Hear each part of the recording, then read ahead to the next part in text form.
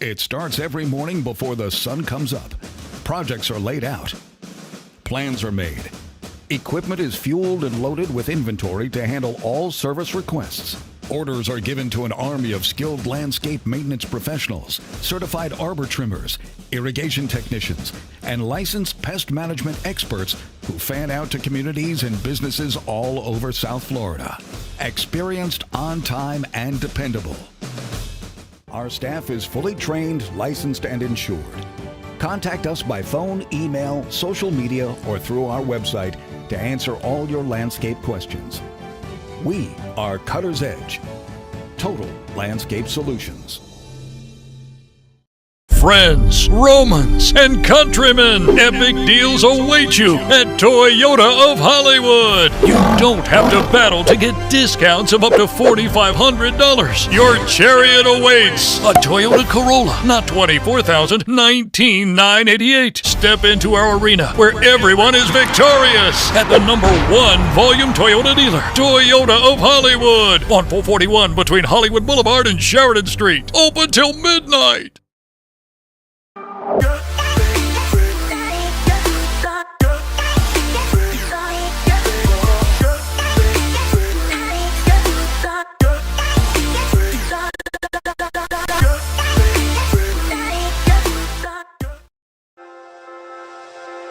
Hi, this is Jeff Welt from Welt and Rayom.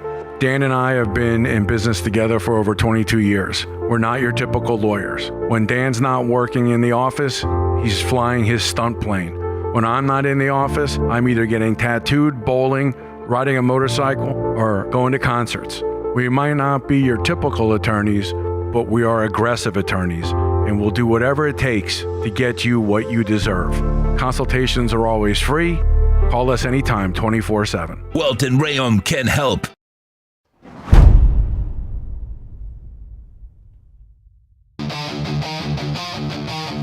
Mic checks echo, I'm the sound of the brawl. Canvas creaks, flesh slaps, bodies rise and fall. Steel cage dreams, no escape. All pain, blood stains mixed with the sweat and the chain. Adrenaline surging my veins, spit fire. Crowd chants feeding my soul's desire. Turnbuckles tremble when my wrath collides. Glory's the belt and I'm taking the pride. Boom. The squared circle where legends collide. Boom. No mercy, just a wild ride. Boom. Lights flash, fist clash, can't resist. Boom. The squared circle digest.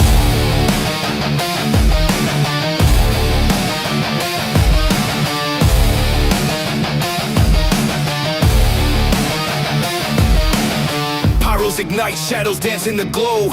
Ringside roar, it's a gladiator show. Chokeholds tighter than the grip of the night. Climbing the ropes to new championship heights. The mental battlefield, no room for doubt. Every move calculated, every scream a shout. The bell tolls louder than a sinner's regret. This is the place where the bold never forget. Boom. The squared circle where legends collide. Boom. No mercy, just a wild ride. Boom. Lights flash, fist clash, can't resist. Boom. The squared circle digest. Boom. The squared circle where legends collide. Boom. No mercy, just a wild ride. Lights flash, fist clash, can't resist. Boom. The squared circle digest.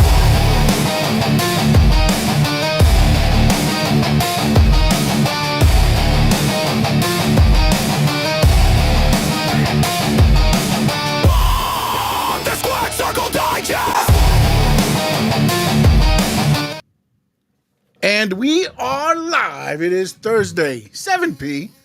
Although our new day will be Wednesday, but due to my obligations, I was not able to do it yesterday. Put Sean Stanley back, and of course, the great Frankie Fresco back in. And I want to thank Finn Sammy for the intro. I am shocked. I was not informed of this new intro, sir. How can I be your co-host and not know about the intro, sir? I wanted it to be a surprise, man. Yeah, well, you definitely surprised me. I could tell you that much. Good stuff. Thank you. It was really nice, really good, nice work. Yeah, you know, it's one of the things. I mean, I voiced it, of course. That was me with my new band that we're going to be hitting the road. We're hitting a couple Cracker Barrels and some other places. So come out and see us perform live there. Frankie Fresco, what's been going on, my man? Jesus, it feels like we've been out of the game for a while, right? Like we haven't done. we're just two busy guys, man. We got a lot of stuff going on. You got a lot of stuff. I got a lot of stuff. I mean, I've been obviously working. You guys want to tune in every Wednesday, 8 p.m. The Cameo Mix Show. I always post it up on all my social media. Also on my Mixcloud, you could catch the replays on Friday. They drop at 10 a.m. 8, 10 a.m. usually is the time I put it. So you could look it up for just look up in their Fresco, and I usually send the link in my on my social media tag. So been doing that. Was in Las Vegas this past week, so I'm a little jet lagged because of the time frame, the 3 hour Yeah, I saw the difference. Backstreet Boys, right? Saw the Backstreet Boys out there. I got you the cup, the Yep. Backstreet Thank Boys you. cup. Thank you. I appreciate that, man. I don't know if you're gonna accept it, but okay, it's there, it's available. Oh no, I appreciate it. I can. I love it. I love it. You were When thinking about me while you were in Vegas, man. Thank you. there was a part where the Backstreet Boys went ahead and said, "Hey, they were singing like a really like slow jam song. I don't know other songs. I know the more upbeat ones, but it was like, hey, if you're here with your partner or your girl and all that stuff, and no homo. The first thing I thought about was you, Sean. I was like, man, I wish Oh boy. I was Oh, here.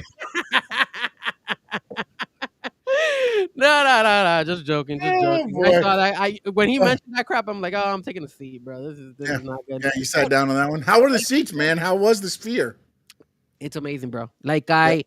I could only imagine going to something. I mean, the Backstreet Boys were cool. I mean, they're not like my favorite band or anything like that. But if I went to something that was like I really enjoyed, like let's say for example a UFC fight or the boxing or maybe like an artist like Bad Bunny or something like that, I Mhm. would go 100 times again. Like that was the visual effects top of the notch, man. Nothing. And it's funny because in Las Vegas, there's a thing called Area 15. I did that as well. So if you ever go to Las Vegas, Sean, there's a thing called Area 15, is well known as well. It's only been there for maybe 2 years or so, but it's kind of like a cool little thing for family and kids and all that stuff. So I mean, if you go with your family as well, you can check it out.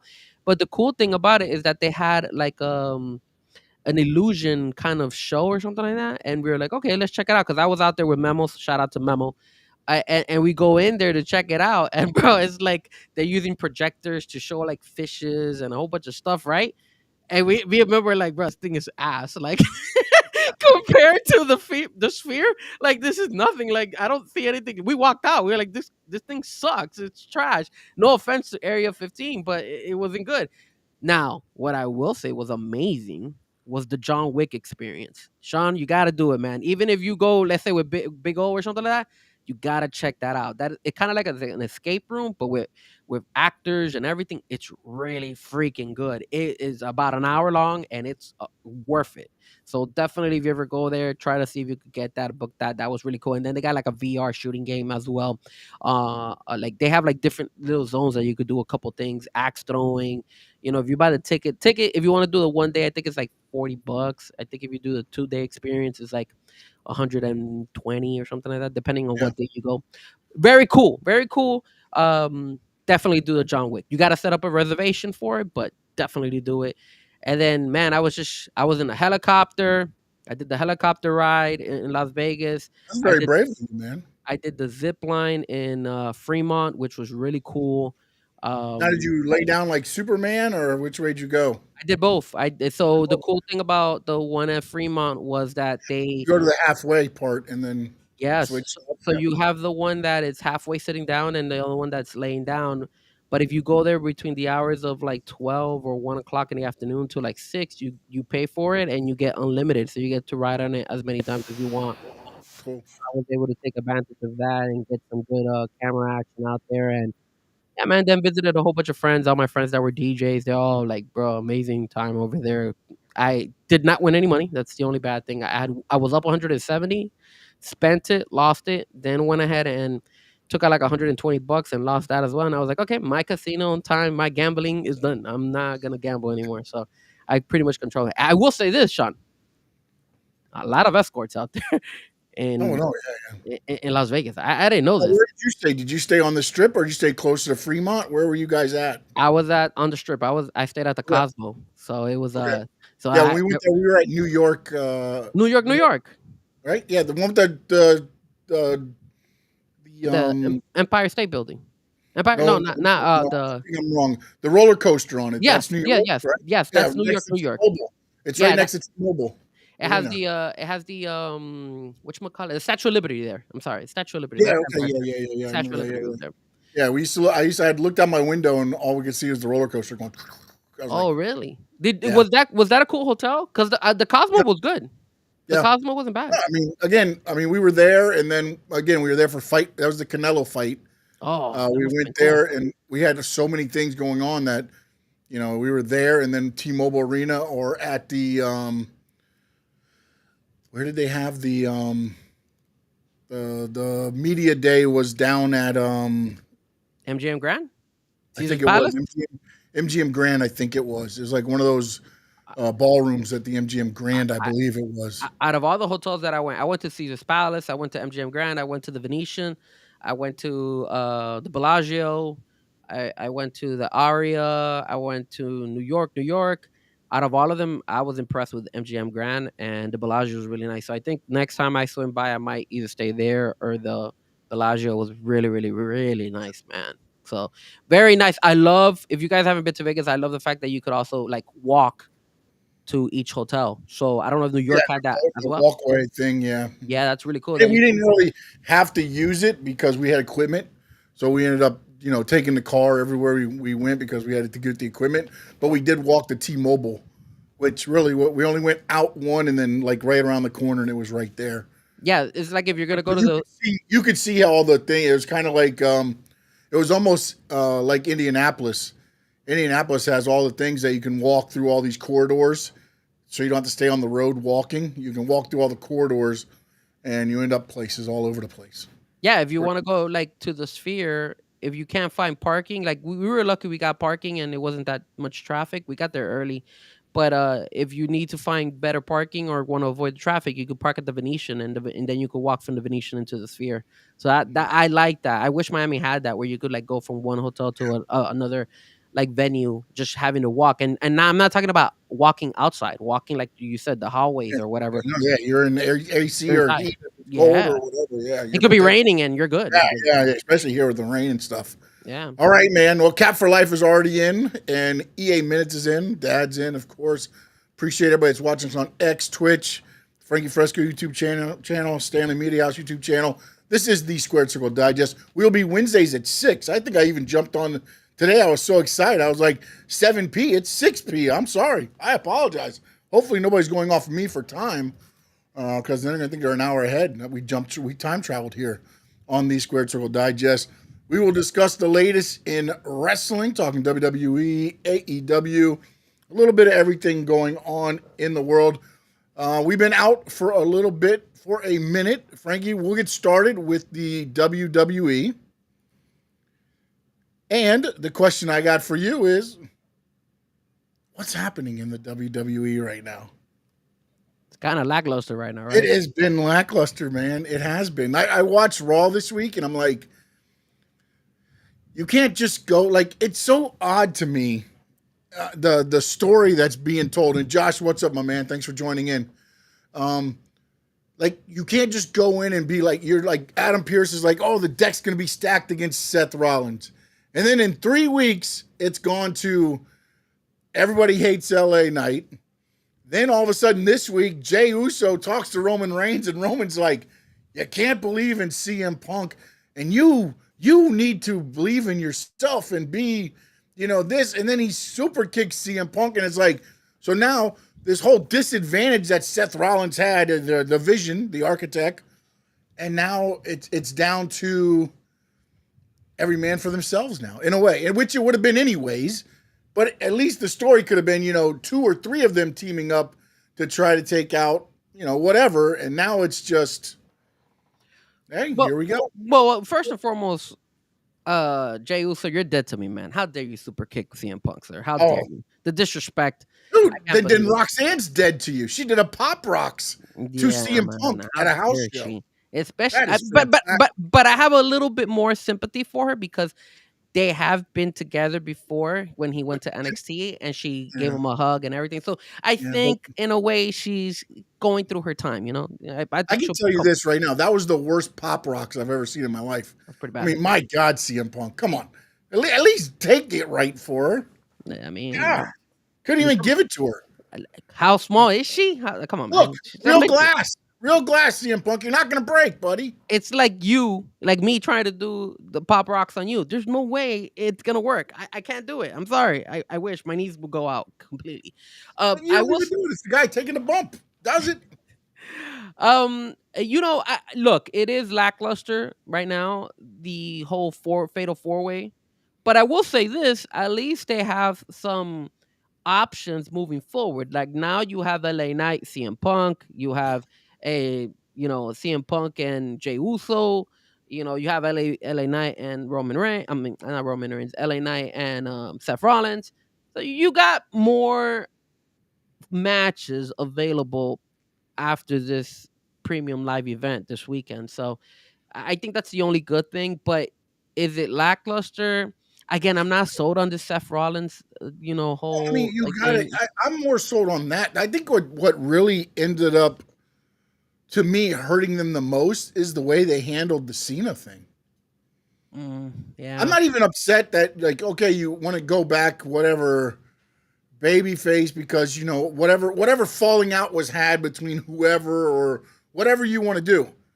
But then why not just put that into the storyline more than what they did? It's just like all of a sudden Cena, hey, here comes Super Cena is back. And to me, it really rubbed, like, to me, again, myself, not anybody else, it just, like, I thought there could have been more added to it, man. Like, when he rose up from the ground and you saw that look of, I was like, oh, they got us. He's going to be the heel Cena.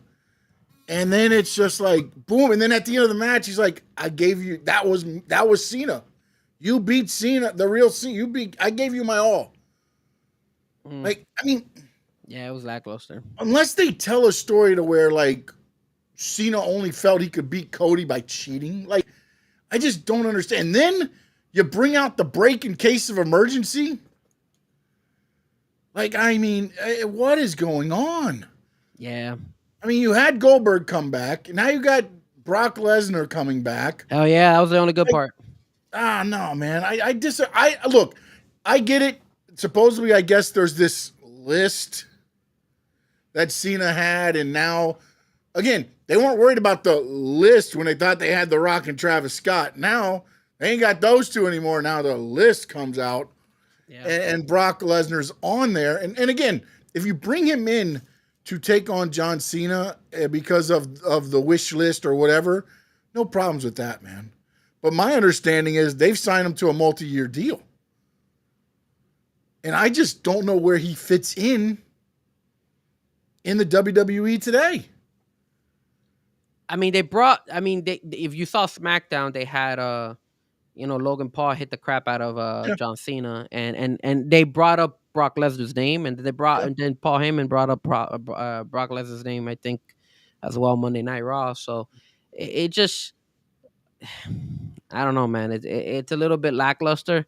I agree with you 100%. I don't understand why they kept Cena or why he made that turn so quickly or so just abruptly. Like, hey, I'm back to being baby Cena. And that was kind of lackluster. I mean, if anything, I thought that he should have kept being a heel. I liked him better as a heel, and kind of going like he could have gone like that way where he was like giving us baby, but at the same time he's still a heel. Like he was giving us, and just people were feeling it. People were cheering for him as it was, man. And my whole thing was stick with the I'm gonna ruin wrestling thing. Keep it boring. Keep it Cena.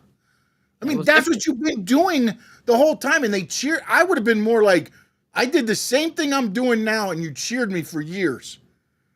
Now, because I got a scowl on my face and I'm not hugging babies and kissing kids or whatever you want to do, now you're booing me. You could have done it for longer without The Rock and everything else. You could have been like, look, I made a bad business decision with somebody I thought would be there for me. He's not. I'm going on this trek on my own now. And I'm going to still ruin professional wrestling for you. And kept it going for a little bit longer. I just feel like they're jumping off of, stories so much. And then they did the whole thing with Seth Rollins. And again, we haven't done a show in a while, so we're probably going to go back a little bit on some of the things so that we can go forwards. We have to go to the past to come back to the present.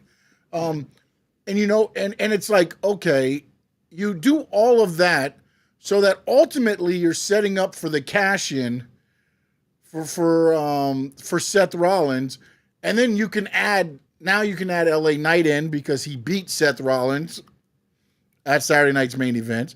You got Jey Uso because he's the former champion, and then you got CM Punk who had won the title, and then Seth Rollins cashes in and takes the title away from him in his moment.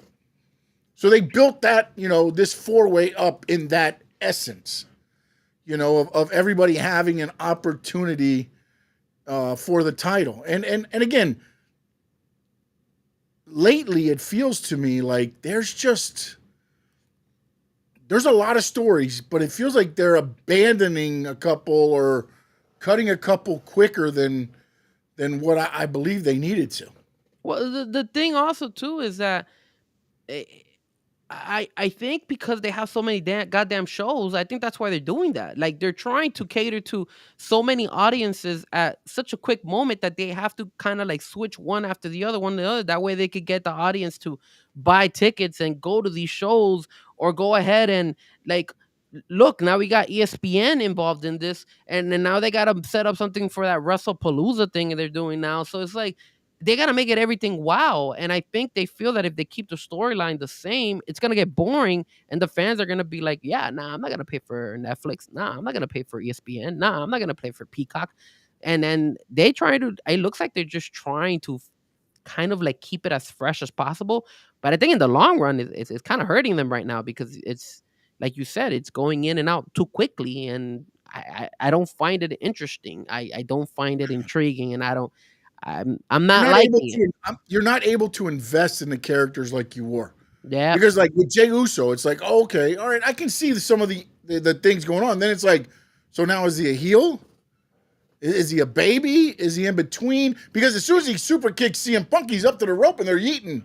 The whole crowd's yeeting, and it's like they didn't even let it register that, oh man, he just kicked CM Punk. It was just like CM Punk yeet, yeet. It's like, but I mean, I will say this though, that is impressive that he did the super kick on him, and the people were cheering for. Oh yes, yes, yeah. So he's getting more of a love than actual CM Punk. Again, I think the one thing that they're doing right with Jey Uso now is he's not in the ring with Roman.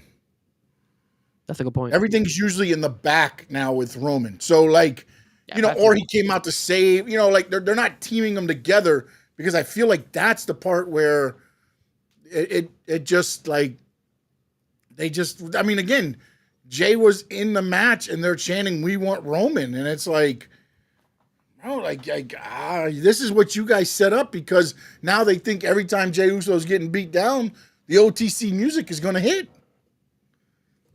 Yeah, that is 100% true.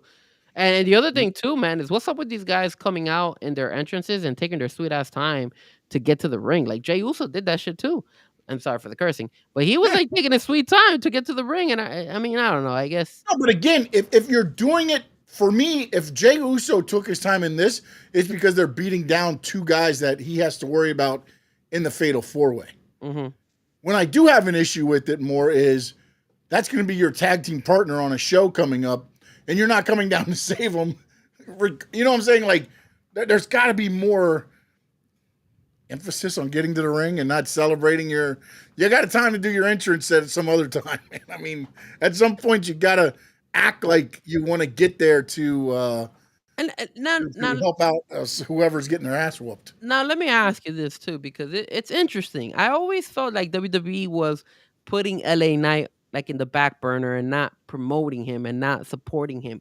They're putting him in this Fatal 4-Way, and they're pushing him. It looks like they want to see something from LA Knight. So it looks like Triple H wants to like push him a little bit. Now let's see how it goes after this premium live event, if he's still relevant or they just push him back. But besides Seth Rollins and CM Punk, and now obviously Jey Uso, who's actually getting good pops, do you feel like if something was to happen to Seth Rollins or something was to happen to CM Punk, that Jey Uso and LA Knight can carry Monday Night Raw? Because I think that's one thing we're noticing when you don't see a Roman or you don't see a Cody or you don't see one of these superstars.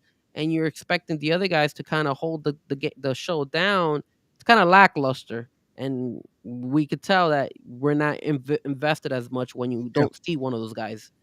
The interesting part for me is Raw stays the same. Raw's fine. Okay. But my issue then would be the PLEs. Because that's where, like, to me, your Seth Rollins, your Roman Reigns. For instance, this one right here, like Bronson Reed doesn't mean anything to me on a PLE. Bronson Reed against Roman Reigns, now that can mean something because of Roman. You know what I'm saying? But like, if you put Bronson Reed against LA Knight or Bronson Reed against Jey Uso, not so much for me. You know what I'm saying? That's the problem that they're going to have is like they're trying to make these guys those stars. And again, when they're on Raw, they're treated kind of like stars, but I just don't know on the PLE side. And again, with this new format, again, if you already have cable or something else and you got ESPN, you don't. I pay no extra for this ESPN platform. Same, because I got DirecTV, so I get. Yeah, exactly. So again, you know, a lot of people are like, "Oh, now I got to do this and this and this," and most people are not paying, you know, Netflix just for Raw.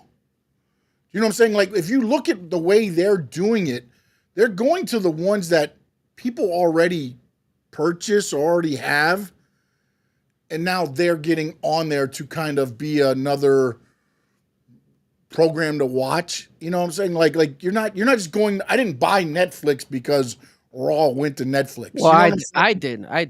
Oh, okay. I didn't have Netflix. You're So one of the few. I didn't have Netflix. I had Peacock and I had what was it? I think it was Peacock and the other one the one where they're connected to MTV. What the hell is the name of that one? Forgot it. Forgot that. The blue one, the blue looking one. God damn it! What's the name of that app? Paramount Plus. Oh, I had Paramount Plus. Okay. those two were the only ones I had. But yeah, once they went to Netflix, I had to get Netflix. Yeah. No. I mean, I guess maybe I haven't seen anybody saying, you know, like, oh, I went and got Netflix because of, and when you look at it, like the ESPN app is the same thing. It's like if you already have, you know, you're not going to get it for that. And then when you look at the app, if you are purchasing it, you get it for all the college football. You get it for, you know, there's other things than just being like, oh, I'm paying $29.99 to watch WWE. Yeah. So to me, the pressure is off. They don't have to deliver on PLEs again, just like Peacock. You're paying $4.99 for pay-per-views. Enjoy what you're getting. You know what I'm saying? In a way. Again, you're not paying $49.99 for these pay-per-views. Yeah, but you also still want to keep the value of your show. No. That's Yes, the reason why yes, ESPN but- picked them up Mhm. and picked them But over the UFC. No, well, they had the that PFL they have already on, you know. And again, there's only so much. Again, with on ESPN, you still paid $69.99 to get the UFC pay-per-views, which you're not doing with Thank God. WWE pay-per-views. No, yeah, I mean, I I'm know, worried. but like, what changes? Like, I don't understand why. And then UFC goes to where'd they go? Where are they at now? CBS, Paramount Plus. Yeah, they're Paramount Plus, and you don't have to pay. You pay the thing. You're not paying $49.99 for pay-per-views anymore. Yeah. I think it's Paramount Plus. Yeah, because CBS is the one now that's going to be holding the UFC matches and stuff like that. Yeah. No, you're right. You're at Paramount Plus. Yep. So, but again, Sean, for somebody who is a sports fanatic like you and myself, and I'm assuming that a lot of wrestling fans are sports fans. They watch football, they watch baseball, Yeah, basketball, most of stuff. them would probably be football. It makes sense for you to have ESPN because you're gonna probably watch it for multiple things.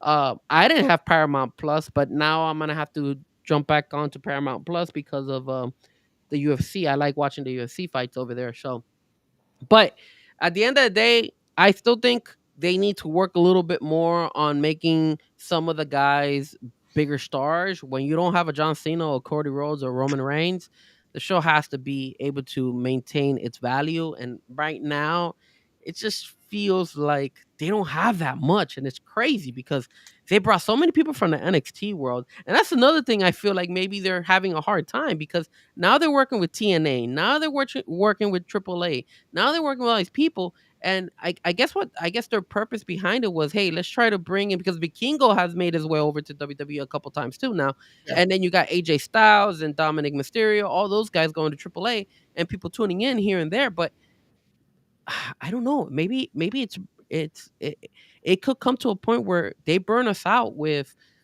seeing the same guys in one show and then going to the other. Like Dom Mysterio, like I saw him at AAA, but I guess if they could still connect the stories, like I like the way they connected the AJ Styles story over there and all that stuff. I don't know if the Mexican fans um agreed with the whole act of surprise that AJ was over there at AAA, I mean, they but gave him a good little pop when he took the mask off and everything. I don't think they were happy that Vikingo won. That's the thing. I don't think. Kingo was terrible, man. Like they hate it because Alberto Del Rio. They want Alberto Well, Del Rio to my win. He got understanding, screwed.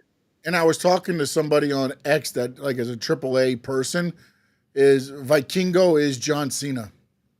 Really?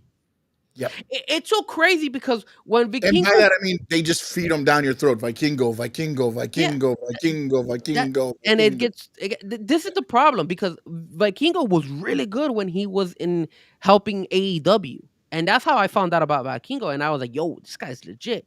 But now that I see him and he's still doing the same high move and all that stuff, But that's all he is. Like it's just oh wow, look at that great stuff. But that can only go so long. That's why he's injured all the damn time. Once you leave your feet, you don't know what the hell's gonna happen, man. And then you're like, but I'm shocked at how much the fans like Alberto Del Rio, and I don't know why WWE doesn't want to give that guy an opportunity. I know he had his there's issues and more stuff, to that story than just but being the whole still, situation with Paige and all that. There was some more. I know he got into a fight in catering with like somebody that like worked on the crew, not even a wrestler. Again, they've given other people 3-4 chances at stuff. So look at Brock. I don't know what the whole situation, but there's got to be more to it than just because even they were talking about the guy that apparently there's one of the guys there that had issues, or Stephanie Vicaire has issues with somebody that's in AAA. Yeah, one of the female women. Yes. Yeah. that No, was one of the guys. I'm sorry, it was one of the. It was the guy wrestling and guys. the girl. It was the and the guy girl. and the girl. Yeah. Yeah, that I think he was trying to make moves at her, and she felt And they were uncomfortable. Or there. something like that. And Yeah. so they're there. So like, again, I don't know what the whole problem is with Alberto Del Rio, but they're not turning the eye to that one for whatever the reason is, man. I don't know. Yeah, it's a little bit, I don't know, a little bit confusing. I hope they could figure it out because I think also is, and you're talking about how much moving pieces they have and how they have guys on TNA and this and that. And I feel like you're not able to invest in some of these guys the way you could before. they got Chelsea Green on NXT, and Oh, now I love that. Do you heard what they're doing, right? yeah, it's her and Ethan Page now, right? Something like Yeah, that but with they're them. going to bring them up to the SmackDown roster and get a push as the Canadians. But here's the thing, like Chelsea Green is so strong on SmackDown, and then you have her at NXT. I don't know how much this could carry on for her. She's doing a lot of work, man. Yeah, but she can do it because her character is that way. Like again, there's also the understanding, and she understands. I think this is also the other problem. Well, Or she's the a other yes part- person.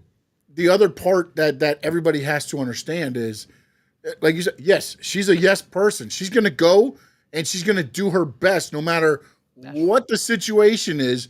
She understands that, dude, as long as I'm on TV and I'm getting TV time, I'm doing my job.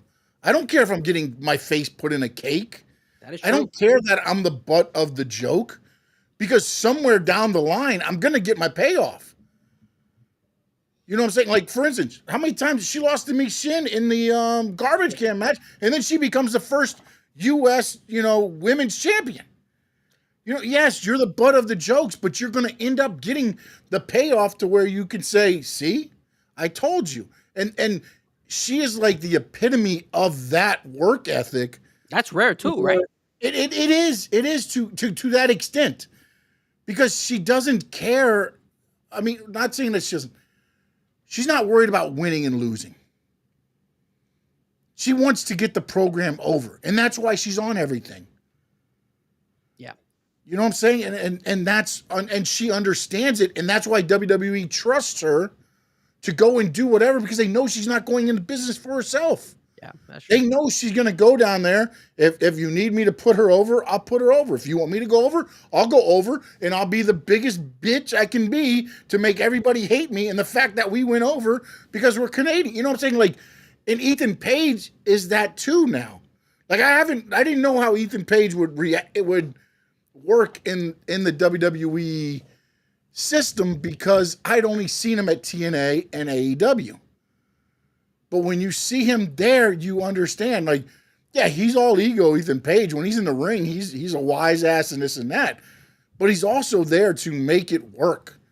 And that's what you're starting to see with a lot of the guys and gals that they have, is they're there to make it work, make the product work. And the problem that I have is there's so much going on now, is I don't know that you can invest as much in every character to make everything work that they want to make work. Because on NXT, it's exhausting watching 2-hour shows. Well, did you see that their numbers decreased this past?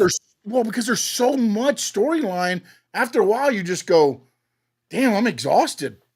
Yeah, man. Every minute of that show is a storyline. Yeah. Like, there's not even a match where you can just go like, oh, this is going to be fun. No, it means something somewhere down the line. It's like, it gets a little exhausting, man. It gets a little exhausting. And then they're mixing and matching TNA as well. So it's like, Yeah. now you got to kind of tune into TNA a little bit to understand what's going on and stuff like that. Even though they do recaps and stuff, but it's a lot of wrestling. It's a lot of wrestling they're throwing at us at one time. And I like the way we started this whole topic is, they're all over the place. There's too much. I feel like there's just way too much. They're cramping it all up, and they're just winging it and throwing this, throwing there, throwing this, throwing there. And at the end of the day, some of us are gonna get burned out. Some of us are gonna go ahead and be like, "Yo, the show's kind of lackluster. I don't gotta watch it." Like, I was in Vegas. I didn't watch Monday Night Raw. The last 2 Monday Night Raws, I didn't watch them live. I had to come back and watch the replays. I'm with the schedule I'm running right now, I'm not able to really watch it live. I got to watch it the next morning as I'm doing my stuff here. I'll have it on, and then, but yeah, no, it's just, it's, and then you got Monday Night Football starting up. Yep. You know what I'm saying? Like, there's going to be some interesting, but again, that's why they went to what they went to with Netflix, because now you can go watch us Tuesday morning. If you don't watch it or DVR it or whatever, on cable, you watch it or DVR it or whatever. So it's and I had no style and different time. I had no idea, but I watched the last Monday Night Raw on Netflix, and because it's been 2 weeks, it actually the commercials, they weren't kicking in. You could skip the commercials even if you pay the commercials. Yeah. Commercials are not on the replays. No, they're not on the replay. So then, that 2 Monday nights ago, I was able to watch the show without any commercials. And then Monday night's show, I saw it this morning or last night, and same thing, no commercials. So I was like, oh man, maybe I'll also start it's watching interesting it. because they're overseas, so the show started 3 this week. Yeah, it's true. And 2 next week. But the interesting part is sometimes I don't know if they forget or if it's because of a timing issue. Some of them don't play. There's sometimes you'll get the commercial, and then sometimes it goes right back to the action. So it's an interesting thing with the Netflix. But it's great, and the quality was that great, right? Did you have that? I was watching this Monday's replay, and the quality wasn't that great on my end. I don't know. And when I saw the Philadelphia Monday night, which was 2 weeks ago, the quality was great. But I was having kind of like crappy quality. It didn't feel like it didn't. I know look it went out a couple times on mine. Like it glitched or something, or I don't know if it's my TV again, like you're saying. So I'm not sure 100% there. Sure. But yeah, so to me, WWE is kind of, they're almost too, like you said, maybe just a little bit too much going on to where you cannot get invested in everything they're going on. Anything else in WWE? No, because we got pretty much the premium live event coming up, so I'm pretty Yeah, sure we're we'll gonna be do able those to picks at the end of the day. Yep, we'll, at the we'll, end of the show. we'll be able to recap some of the fights that are going on with them and all that stuff. One last thing though, Yeah. what's up with Brock Lesnar? Is there any word on when he's coming back? Because like you said, they've name dropped him a couple times. So is he coming back after this premium live event, or is he not? What's the word? Have you heard anything on? Because I haven't heard anything yet. My understanding is he's the main event for WrestlePalooza against John Cena. Okay. They're going ham on that WrestlePalooza thing, right? Yeah. It's crazy. Oh, we'll see, man. We'll see. But now we have all the premium live events on ESPN. Peacock is keeping Saturday nights, right? Saturday Saturday night Night main Main event. Event will go exclusively to Peacock. Yes. Yeah. Does that also mean that they're still gonna show the Saturday night main events on Channel 6 on NBC? No, it'll Oh, only be on Peacock. Oh, cool. Okay. And then you got USA has Monday Night Raw. Oh no, has SmackDown. I'm sorry. Yep. And then anything else? No, I think that's it. And obviously NXT is on the WB it is CW. CW. There you go. Sorry, old school CW. So And also for those down here in Florida, they're coming. NXT will be here at they are at the War Memorial where the Panthers practice. oh snap, where I did. NXT will, or wait, is NXT there? Or is AEW there? Hold on. Well, They're both AEW is coming. I know that. Oh, yeah, 'Cause AEW is I coming. sent you the message. I was like, oh, The AEW is coming. the No Mercy pay-per-view is here. The NXT No Mercy pay-per-view is in Fort Lauderdale. Oh, that's cool. The main event will be Ricky Saints against Obafemi. Sir, it's not Ricky Saints. It's Ricky Starks. Yes, Don't Ricky get- Saints, as you said. Yes. Yeah. Screw that Ricky Saints name. I hate it every single time. That's why I don't get invested on Ricky Starks because they put him that stupid name. Same thing with Blair, whatever her new name is. I forgot her name. But no, Mariah May. They should have kept her as Mariah May, bro. I hate the fact that they changed her name too. Like, but she's still smoking hot. Jesus, she's smoking hot. I still tune into her all the time. But anyway, and I'm noticing that they're putting Lola Vice in there too as well. I was like, I'm impressed. Hey, shout out to Damian Priest. It looks like he's going down with Lola Vice too. Yes, so they will be at the War Memorial. Oh man, that's where I DJ'd. And AEW is going to the Hard Rock Live. We gotta go to the AEW. Well, yeah, I'll be at NXT. Yeah, I will. You're gonna go to that? Wait, are they having it at the same time? No. Yeah, man. Ticket prices start at $136 already. Yeah, did you see that? Like it's for the War expensive. Memorial show. Right now, you've got Obafemi against the great Ricky Saints. Sol Ruka to be determined for the Women's Speed Championship because they brought the Speed Championship back to That exists. NXT. Wow. And JC Jane will take on Mrs. 305 Lola Vice. Yeah. NXT Women's Championship. Woo! Lola Vice. I might go to that. 954. In the 954. That's a Tuesday night, so I might go to that one. No, it's a PLE. It's going to be a Sunday. Okay, so I might go there on a Sunday. It's a PLE. And when is that PLE? It's September 27th. Interesting. September 27th. Saturday, September 27th. Wow, Saturday, huh? I gotta see if I'm DJing. I might be DJing that day. And then the AEW. AEW. I'm shocked that they're coming back to South Florida because they had a good run here for a minute, especially right after COVID, and then they were having a hard time selling tickets, and I think that's when they stopped coming here. But AEW, we got to talk about them because they lost Will Ospreay, and I think that's gonna hurt them so much. But overall, it's like I wouldn't mind going to one, depending on the prices, man. Depending on prices, if they are as expensive as the University of Miami versus Florida Gator game, then you probably won't see me go out there, bro. I was shocked at how expensive the tickets are for that freaking game, bro. Really? Were you really? $384 to go sit in the 300 section. What is this, bro? They're both. That's what happens when both teams are good, or they think they're good. But you gotta hope one of them goes bad and then they drop. Yeah, I'm hoping you won loses Gators, like 3 or 4 games. The Gators are terrible. The Gators are not terrible. The Gators are good this year. Lagway limping in the season. Don't curse us. Don't give us that jinx. All right, it is time to talk a little Uh-oh. AEW. Oh yes. So the Forbidden Door pay-per-view happened. Yeah. Um, Did you watch it? I watched some of it, man. I I can't. saw the watch highlights. I was in Vegas, I can't so watch 6 hours spectacular, man. I just can't. I saw it in Vegas. I saw they were doing. I was like, oh, maybe they're showing it somewhere. They weren't showing it anywhere in Vegas. I can tell you that much. And then the crazy thing was, I was like, all right, screw it. I'm just gonna watch the highlights. And I saw the gruesome stuff that was happening, and I was like, what is going on over there? Yeah, in it's one of AEW? those things with them, man. They had the 10-man tag in the cage, which you knew was going to be violent. I mean, of course, you had Swerve against Okada. You had Wardlow return. Swerve's out with an injury now. Just a torn. It wasn't a torn meniscus. He had a torn meniscus since 2019. He got it cleaned up.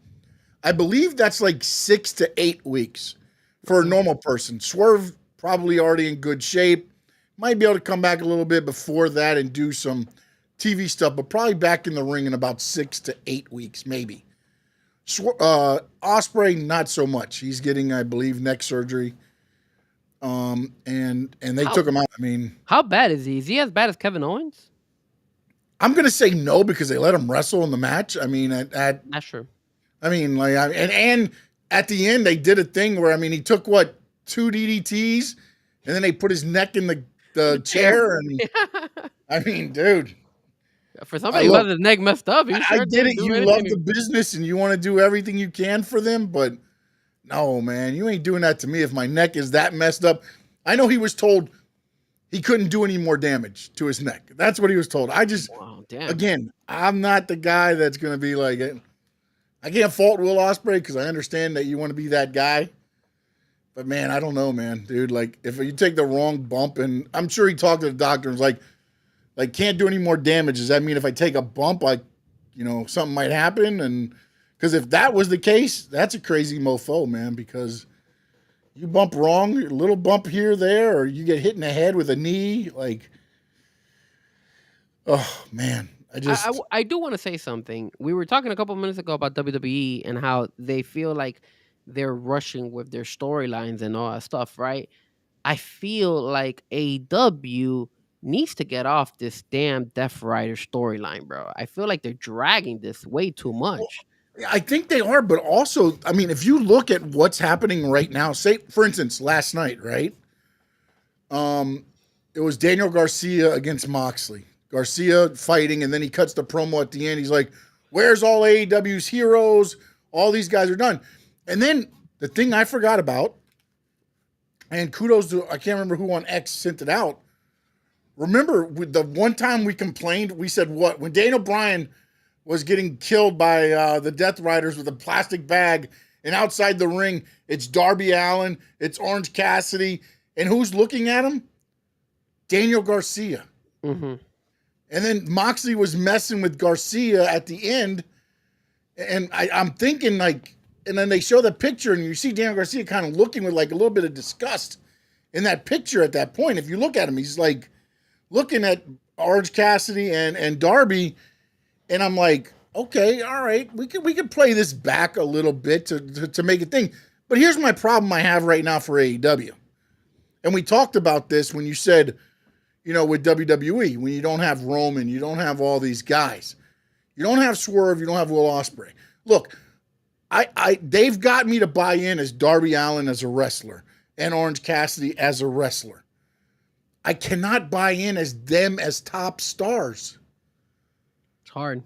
I know he's a crazy mofo and he's going to do everything. He's going to put his body on the thing, but I just can't, visualize Darby Allin. I get it. He's Mr. AEW, what we want to be, but, I just don't see him being like, okay, we got to send guys in the battle.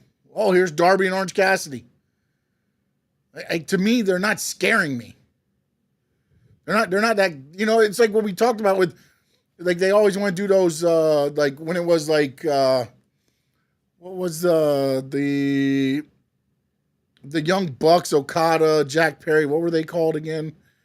when they were running roughshod, not the Authority. What the hell were they called? I can't remember what they were. I But forgot. then they're like, we'll take on Team AEW. And then they throw out Team AEW, and it's Mark Briscoe, Darby Allin, Orange Cassidy, and somebody. I'm like, I get it. I understand that they mean a lot to AEW. But if I'm rolling out a team for AEW, I'm rolling out Swerve. I'm rolling out Will Ospreay. If you want to throw Cope up there, Will Hobbs, Samoa Joe, like I'm putting those guys up there if I got to go to battle with somebody. And to me, it wasn't the Blackpool Combat Club and stuff like that, no? It wasn't that. It wasn't No, called Blackpool Combat Club was Brian, Claudio. Before they became Death Riders, that was Blackpool Combat Club. Okay. Yeah, I can't remember what exactly they were, but they had it was something elite maybe or something like that. They had a play off of it or something like that. But like I just don't buy into them. I love what they're doing right now. I don't have a huge complaint on a lot of the stuff that they're doing with the Death Riders. Now, I thought last night got a little bit discombobulated. Yeah. With the whole thing at the end where it's Claudio and Darby, and Claudio's like just throwing Darby all over the building, and then he hits the little the backdrop coffin drop.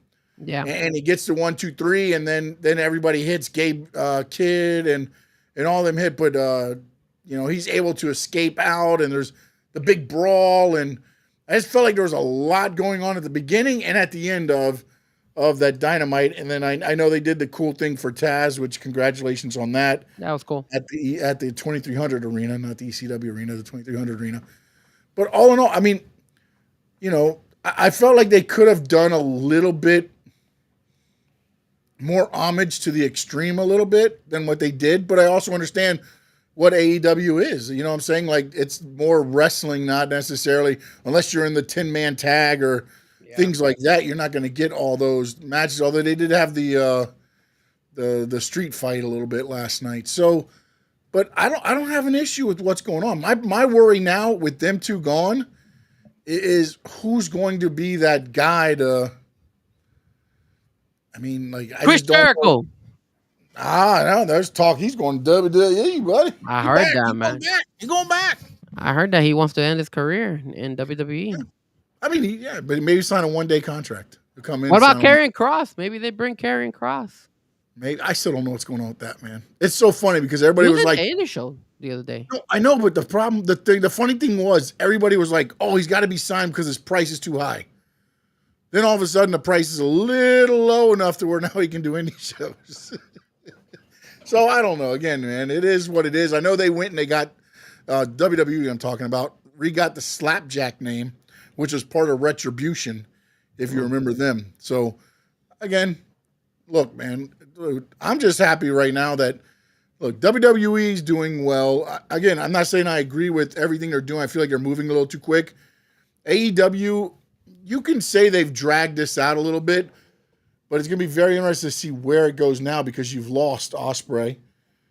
So now you almost have to keep it going till Ospreay comes back, right? Because he's got to come back for a revenge against them.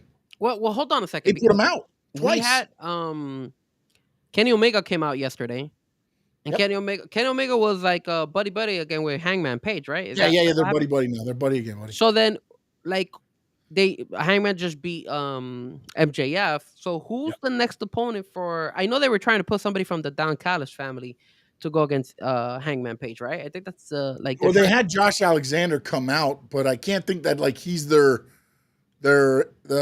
pay-per-view opponent for. I think that's kind of like setting up for the next. It might be Wardlow. Also they're doing the thing with Takeshita too, where I think he's leaving Don Callis. It looks like him and Wardlow kind of looked at each other. Him and Okada were battling it out a little bit in the tag team match. Yeah. So I think you might end up seeing him leave. And he just won the G1 Climax tournament over in Japan. So my question, so then who's going to be Hangman's next opponent for him to defend the AEW championship belt? To me, it almost feels like it's going to be MJF again. Really? Yeah. I don't remember. Was MJF on the show yesterday? I don't think so. Was he? No, he just did a thing. They had him do a promo after he lost. Gotcha.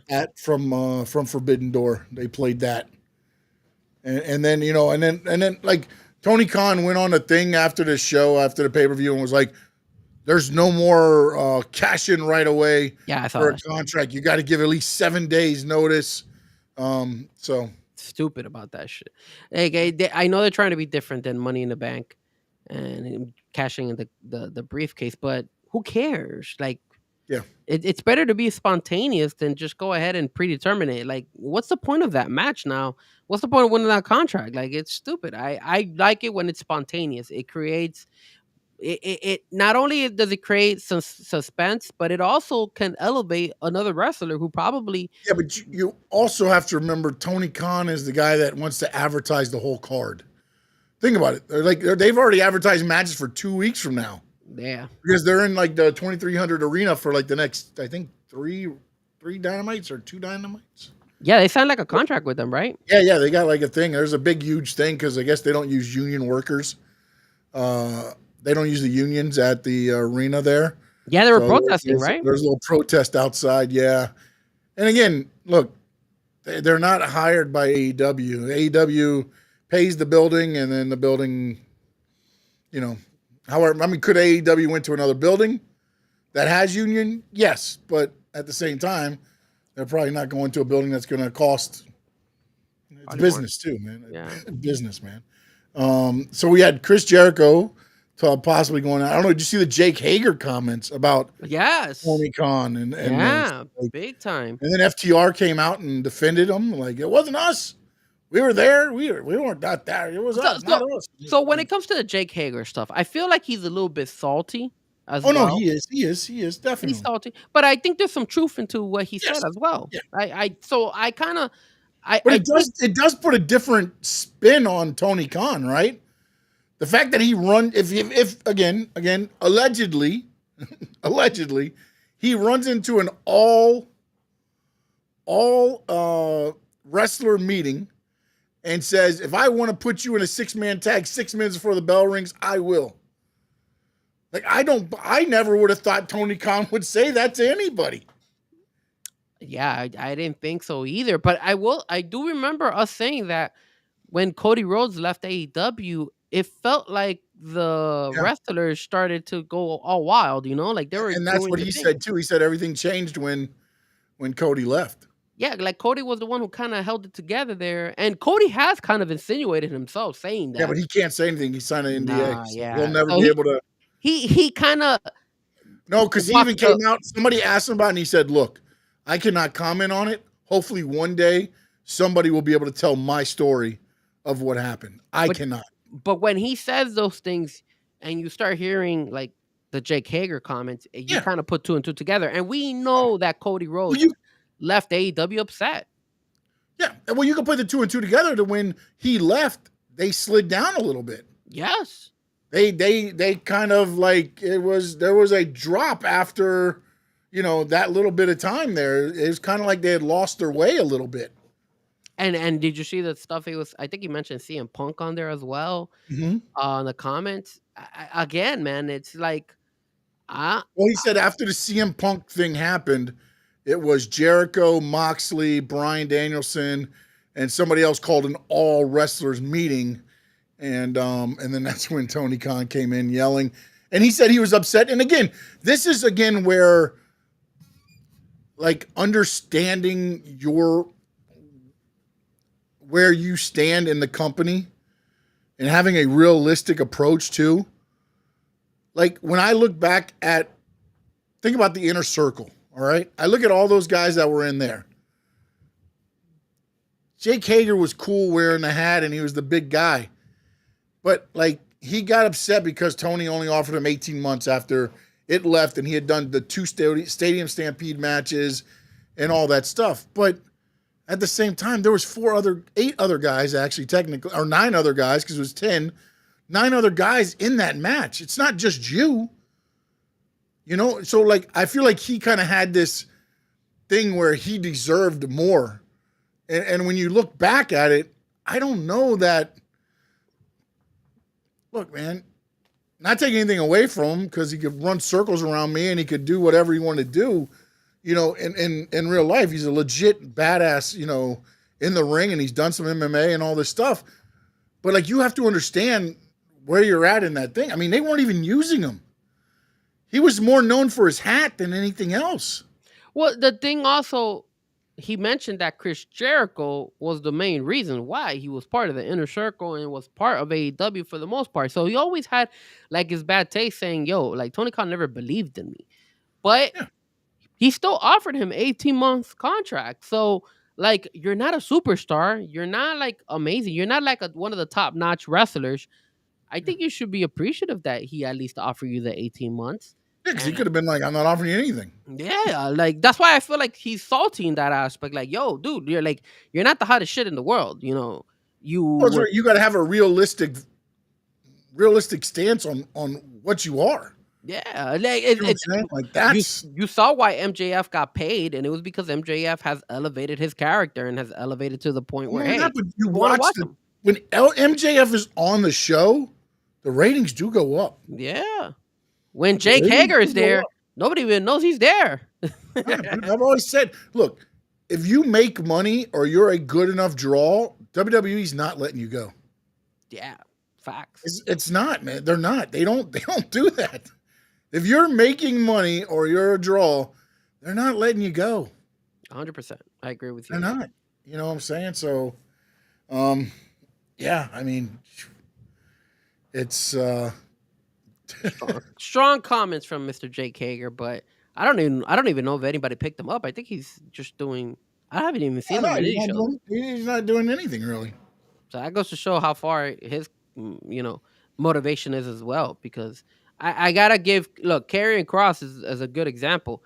Yeah, he felt look. So let's compare both of those guys. So you got Jake Hager and you got Karrion Kross. They both got offered contracts, right? Karrion Kross went to WWE and told WWE, hey WWE, you're giving me this little bump, because he said it all at the Ariel Helwani show. If you guys didn't watch that, it happened like 2 weeks ago.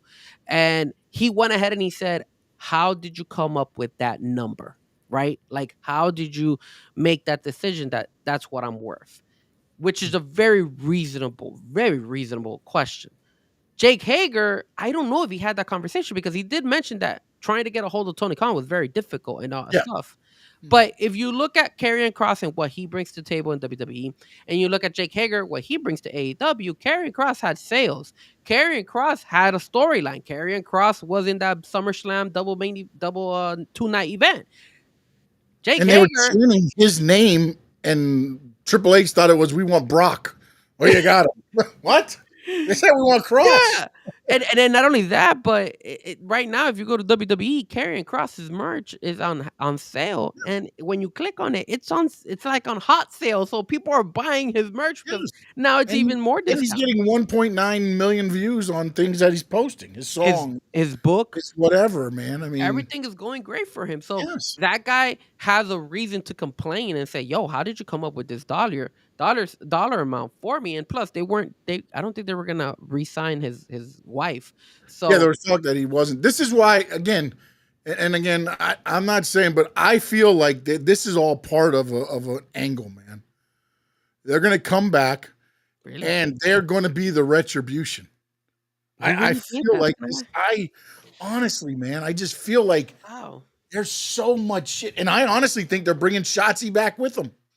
I saw Shotzi was ham Yes, with them, bro. They're doing the thing with the whole thing, and they were just cursing and F-bombs everywhere. And I'm like, They were. dude, if those two came back like that, and then you throw in the other guy that got cut by WWE, and you bring in one more person, man, that's been cut recently, and they're coming back for retribution against the WWE for wrongs done to them.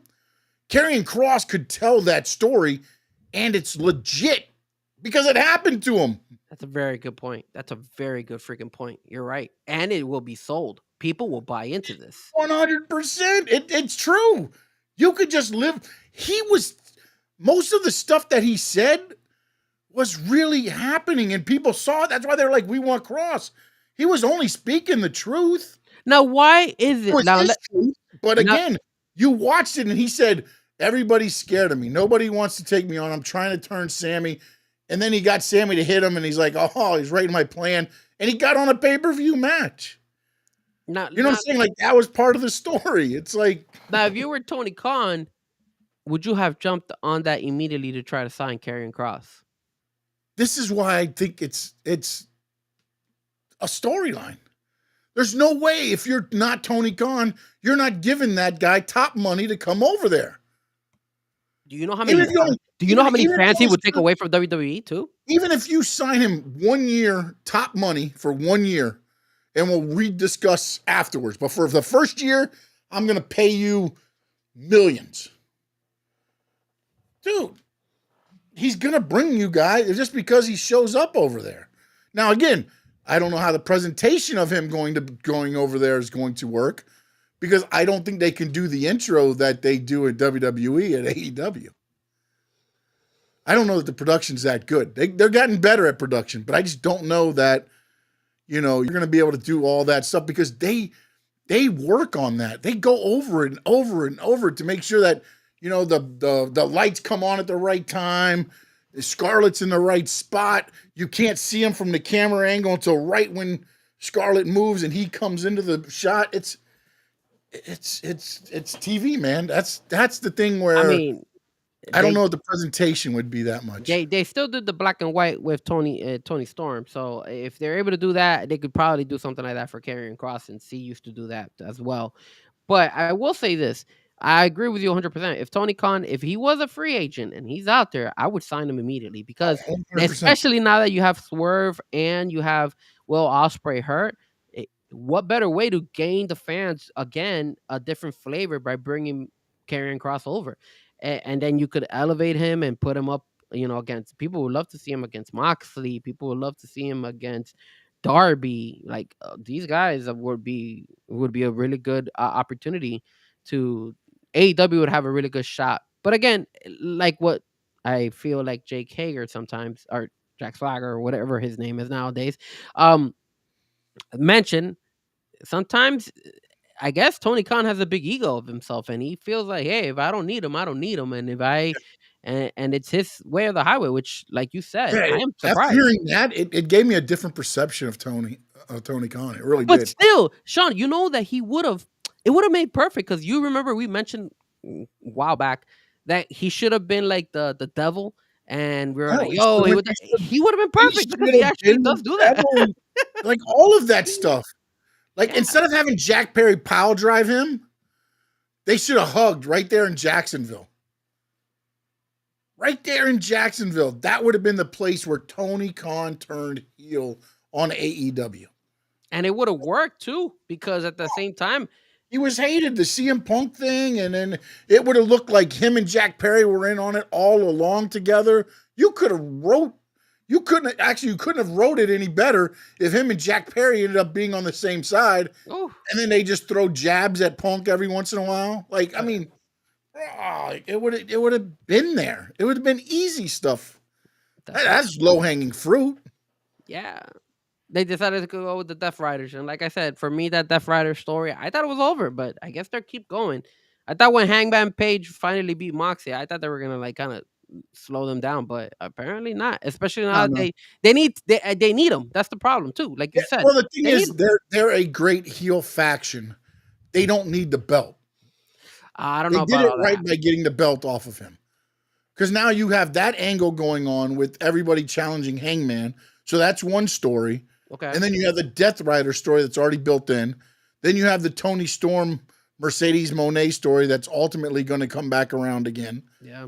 You know what I'm saying? So, and then you have, the Hurt Syndicate and kind of the new Ricochet group.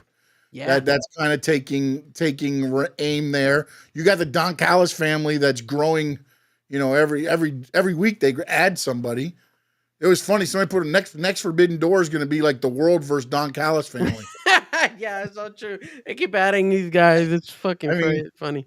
And Luchasaurus came back, and now everybody's like, well, and then Jack Perry the other day posted a video of him jumping off a cliff, and now everybody's like, oh, Jungle Boy's coming back. Maybe. So, again, it'll be very interesting because also on the BTE, being the Elite, Jack Perry tried to call one of the Jacksons and they sent him the voicemail. I will say I like the fact that they've been screwing with those guys. Funny, like they Oh, put that the is great. Hanson song. I think it was the Yeah. Hanson song. That And was funny they came out because that was one of their first songs when yeah, they were in yeah, the yeah, yeah. Indies. No, That is all so of this, awesome. I love that. is going back to stuff that they did in indies That is good. I like or that. That's whatever, cool. man. That's Yeah, creative. TNA. The one time they did the what they wore in TNA, I forget what their group, they wore over there. So yeah, That's cool. That's cool. I like that. That was creative. no, man. I mean, again, I like creatively. I like the way both are going, but I almost feel like WWE's trying to do too much creatively, whereas AEW now has kind of found a nice niche. You know, again, you can argue, oh, the Death Riders is going a little long or it might get a little bit stale, but I feel like they spice it up just enough each time to where you're like, okay.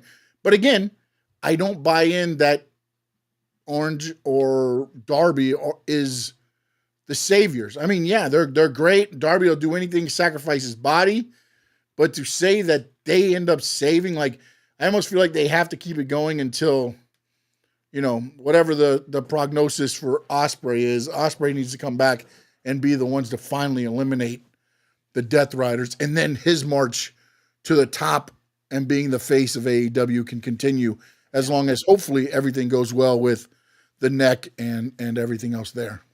Yep. So, all right, the next topic we're going to discuss, which is something that's been discussed throughout, This is and the one we wanted to talk about, right? it. You know what we're going with this, right, Frankie? The Raja Jackson Yep. and the it was I get it's Sicko Stew or Psycho Stew That was is Psycho, yeah. yeah, it might be Psycho SYKO Stew. There was an incident that happened, and I ended up I don't want to discuss a lot about it until I looked at a lot of things and saw a lot of things. This is the one thing I will say right now to start all of this. Okay. No matter what you think about anything, Raja Jackson did not need to throw 22 punches. Regardless of however you want to do this, you know, and again, I've watched other videos where there was wrestlers in the back that kind of hyped him up like, oh, you need to give him a receipt and this and that. And here's the thing. You're talking to a guy in Raja Jackson that doesn't understand the wrestling world. Doesn't know what the hell a receipt is.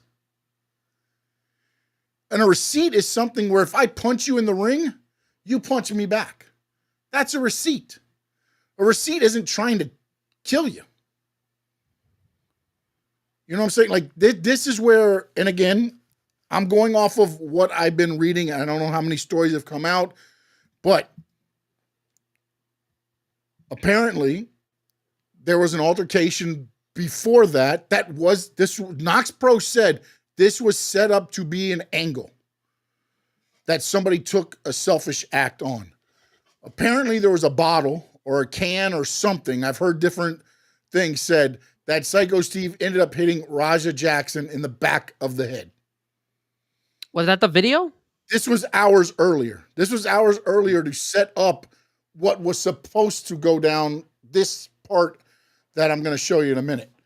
And apparently from what I've heard is Stu went and apologized to Raja, but then there was some wrestlers within the Knox Pro that were, and I think you've seen some of the videos of that one where the guy's like, oh, you got to get your receipt. And he said, oh, I was just in character and all this stuff. Well, here's the problem with all this. And this is where I'm going with, there's a lot of issues with this, is the fact that, one, there was already hostility starting. You can already tell that Raja wasn't there to be able to do this. If you get hit in the head wrong and, you know, they went back and he apologized to you, you're going to be like, I'm not going to take your apology, or he did on purpose or whatever. But at that point, they should have realized that, okay, this is done. The fact that you can't get hit and be professional about it, understanding what pro wrestling is, and you're gonna already your ego is not checked at the door. And he's streaming all this on his kick with everybody, fueling the fire. Oh, you let him try you like this, and you can see him getting madder and madder. If you've watched any of the kick streams, he's like, oh, I'm really gonna go in there, I'm gonna punch him, I'm gonna hit him, I'm gonna knock him out. And you're doing all this, and you still set up the angle. This is where Knox Pro has some liability. The one wrestler that was in the back that fueled it all, he's got responsibility. Then I watched another video. I'm going to roll this here, and hopefully it rolls good enough. But actually, let me do something real quick. I'll keep talking. Frankie, jump in here. Give a little bit of what your opinion on this is while I get this set up real quick. I'm sorry. Okay, so I agree with you that he should not have taken 22 shots on his head. I think that's grounds for an assault case, and you could go ahead that far because you don't need to do that to somebody, especially after you realize that you knocked him out. He hit his head, and he obviously suffered a concussion when he slammed him down. So the guy was not moving. It's kind of shady and kind of like cheap shots from Raja Jackson doing that. Now, here's my thing. If you do watch the kick scene, he is going ahead for a couple times, and he is being communicated with the rest of the guys in Knox Pro, and he gives like this double emotion. Like, it doesn't feel like he's to the point where he's gonna snap. He feels like he understands where he's coming from. So when you go and you say, hey, I'm gonna blame Knox Pro, I don't agree with you with that. I'm being honest with you. And this is the reason why. Because they all had a conversation. They all apologized. Now, maybe whatever you show me here, maybe it'll change my mind. But from what I have seen, when they're talking to him, he doesn't show any act of like, yo, I'm going to kill this guy or anything like that. When you're with rage, you will have that look in your eye like, yo, something's wrong. This guy's wrong. Something's wrong with him. None of these wrestlers got that vibe from him. None of these wrestlers, not even the wrestling Knox Pro, did not go ahead and say, hey, look, we feel edgy that this guy's going to snap and do something wrong. They never got that vibe. Now, were they being negligent? I don't know. Based on the videos of what I saw, I don't see Raj Jackson going ahead and act like he was going to like destroy the guy and do anything wrong. He actually shook the guy's hand, said, okay, no worries, stuff like that. It looked like everything was squashed. So why would you blame the other wrestlers? Why would you blame the wrestling? I know he's not in this world of wrestling. He doesn't understand what the terminology is, receipt. I understand that, but at that point, if he was still upset about getting hit in the back of the head, that's a red flag. That's a red flag. But if Sean, that little bit upset him, that's enough to where, like, no, okay, we're good. Thank you. We appreciate your time, but we're not going to go this route. Here's my issue, man. Here's my issue. I understand that he's not part of this world, part of the wrestling world, but neither are you or me. Well, I can't say you because you wrestled, but me, I'm not part of this world. Yes, I watched the show, and yes, I do all that stuff. I'm pretty sure he's seen wrestling. There's no reason why he would be out there if he didn't know what the hell wrestling was in the first place, in my opinion. If this was his first time stepping at a wrestling show, actually looking at wrestlers, doing all that stuff, then I agree with you 100%. The guy doesn't know anything about wrestling. Anybody, no matter what person, was going to be the special. I mean, we had coaches from like sports teams. Anybody we did came to our school. And they went through all the steps of what, listen, we're going to make you look like an ass here, but you're going to get your comeback here. We want you to understand what's going on. We want you to understand that you're going to kind of get, made a fool of, or you're going to get attacked, or you're going to get beat down in front of your kids and your wife and stuff during this time, but you're going to get your comeback here. You explain to him very simple, because unfortunately, there's a lot of ego, man. There's a lot of ego. And this guy is on his kick, which, again, I've never really done kick, but he's on the stream, and they're just like, oh, he punked you and this and that. And this but and that. Sean, like, are you kidding me? You're going to let comments, like, when we have comments, he was sitting there in the crowd. He's like, I'm really going to punch this mofo. I'm going to hit this mofo. Yeah, but this and that. Like, oh, that's at that point. And that's why his part in this, 100%, that assault should be placed on him. But why are you going to blame the wrestling show? Why are you going to blame the wrestlers who were involved in this? They don't know this guy any better. You went ahead, you had conversation with him. So wait a minute. Let me ask you this, man. In pro wrestling, when I'm in the ring with somebody, I'm putting my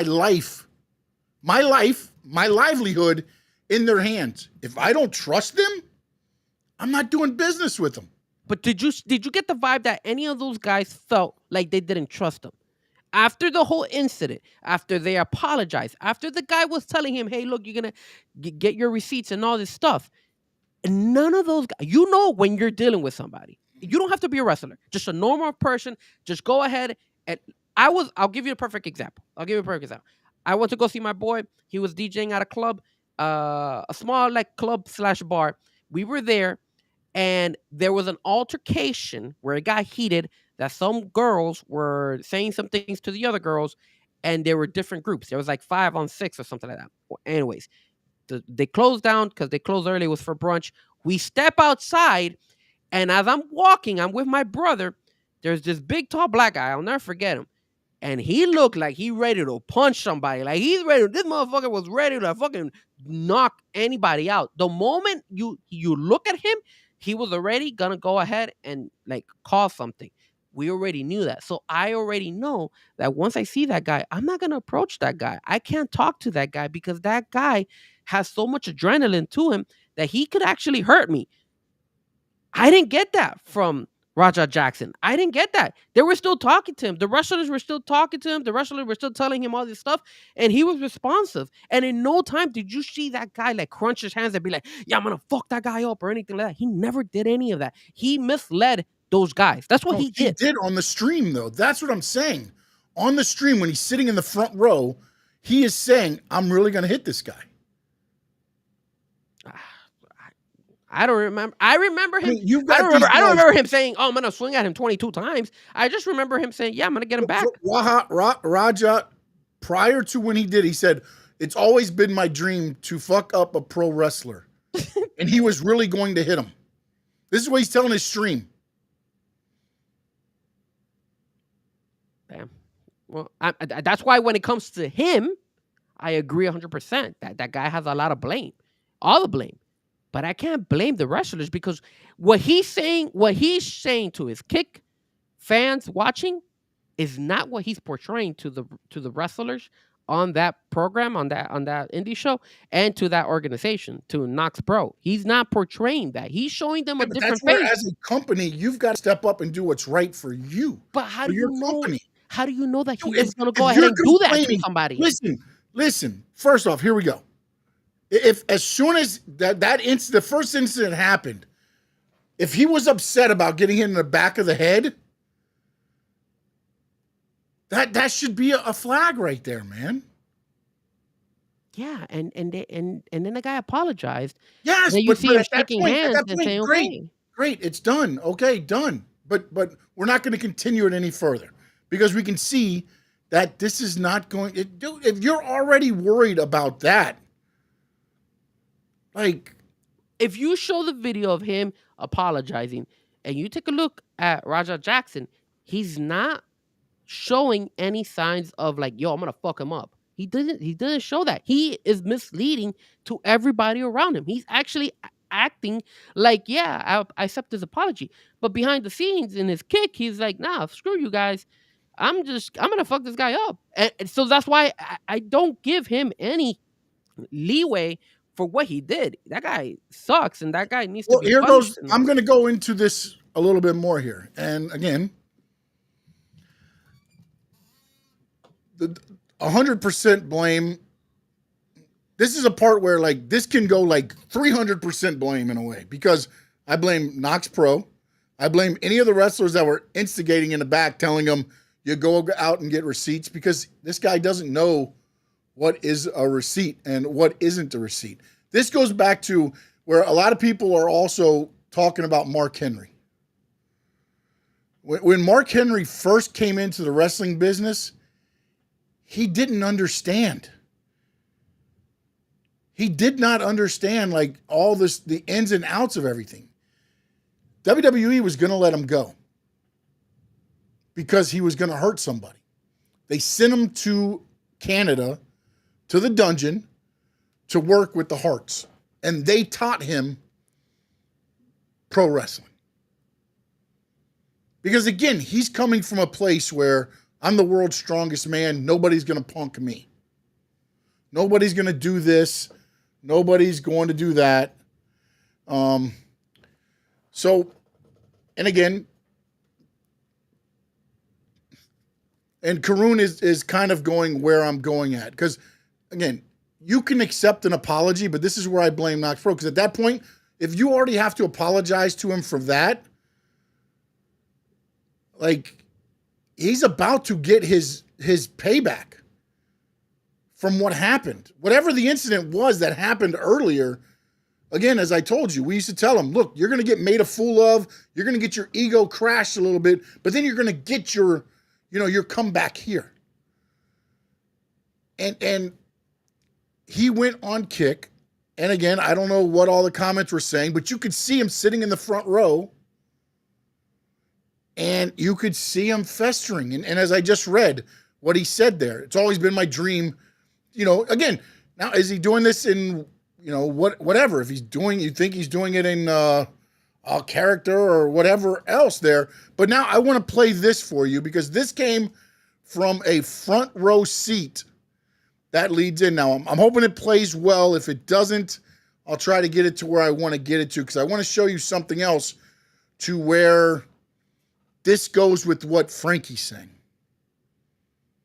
when you watch this video, okay? But again, this is where if it's me, if I'm in that position, one of two things is happening.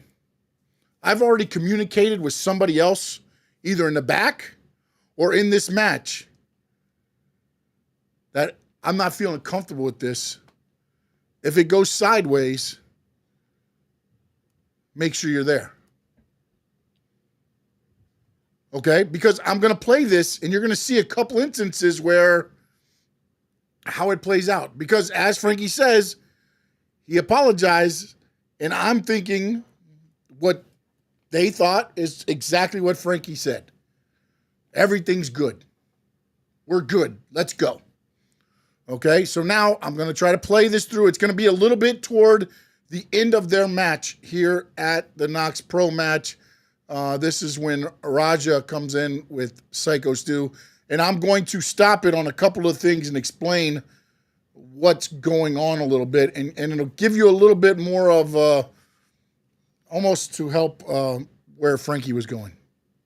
Because he told us! So watch it, okay? Come on, Stu. Shut up, it's a new suit. Hey man, why you got a new suit every match? Oh no. No! You gotta leave the sound on so you can hear what's going on. Stu, he's got the flag. You can hear me, Frankie? What is there? Stop it! No. So that's Stu right there crawling right now with the ref and the manager there. Now Can you watch. pause it for a second? Just to make sure, guys on the chat, can you hear it? I just want to make sure. Give us a thumbs up just to be on the safe side. It's kind of low as it is, but that's what I'm trying to do. Because I can hear it, but I want to make sure that you guys on the chat and the people on the live stream, that you guys can hear it. That way we don't have one of you guys give us a thumbs up. Adrian, what's up, man? No doubt. Karun, one of you guys. Okay, cool. Perfect. Okay. All right. All right, so now that's Stu crawling over toward the ref and the manager on the apron. They go to him. Look, he's trying to tell the ref to tell the manager what to do next. The ref is not understanding this. So now he goes over to the manager. Now he's telling the manager, tell Raja to start coming. There goes the manager over. He's talking to Raja. Here comes Raja.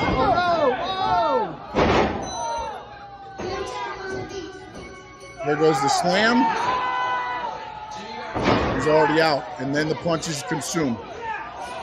Now watch. The camera's going to scan over here toward another wrestler who's kind of like, is this what's supposed to be going on? That is the guy that ultimately goes in the ring and pulls him off of Stu after all the punches were landed. Now, here's where, again, I don't know how long all of these guys have been in the business. Watch what happens here at the end. This guy's unconscious. Unconscious. Watch this. The dude right here. Like punched him for real. Watch this. And watch what the ref does.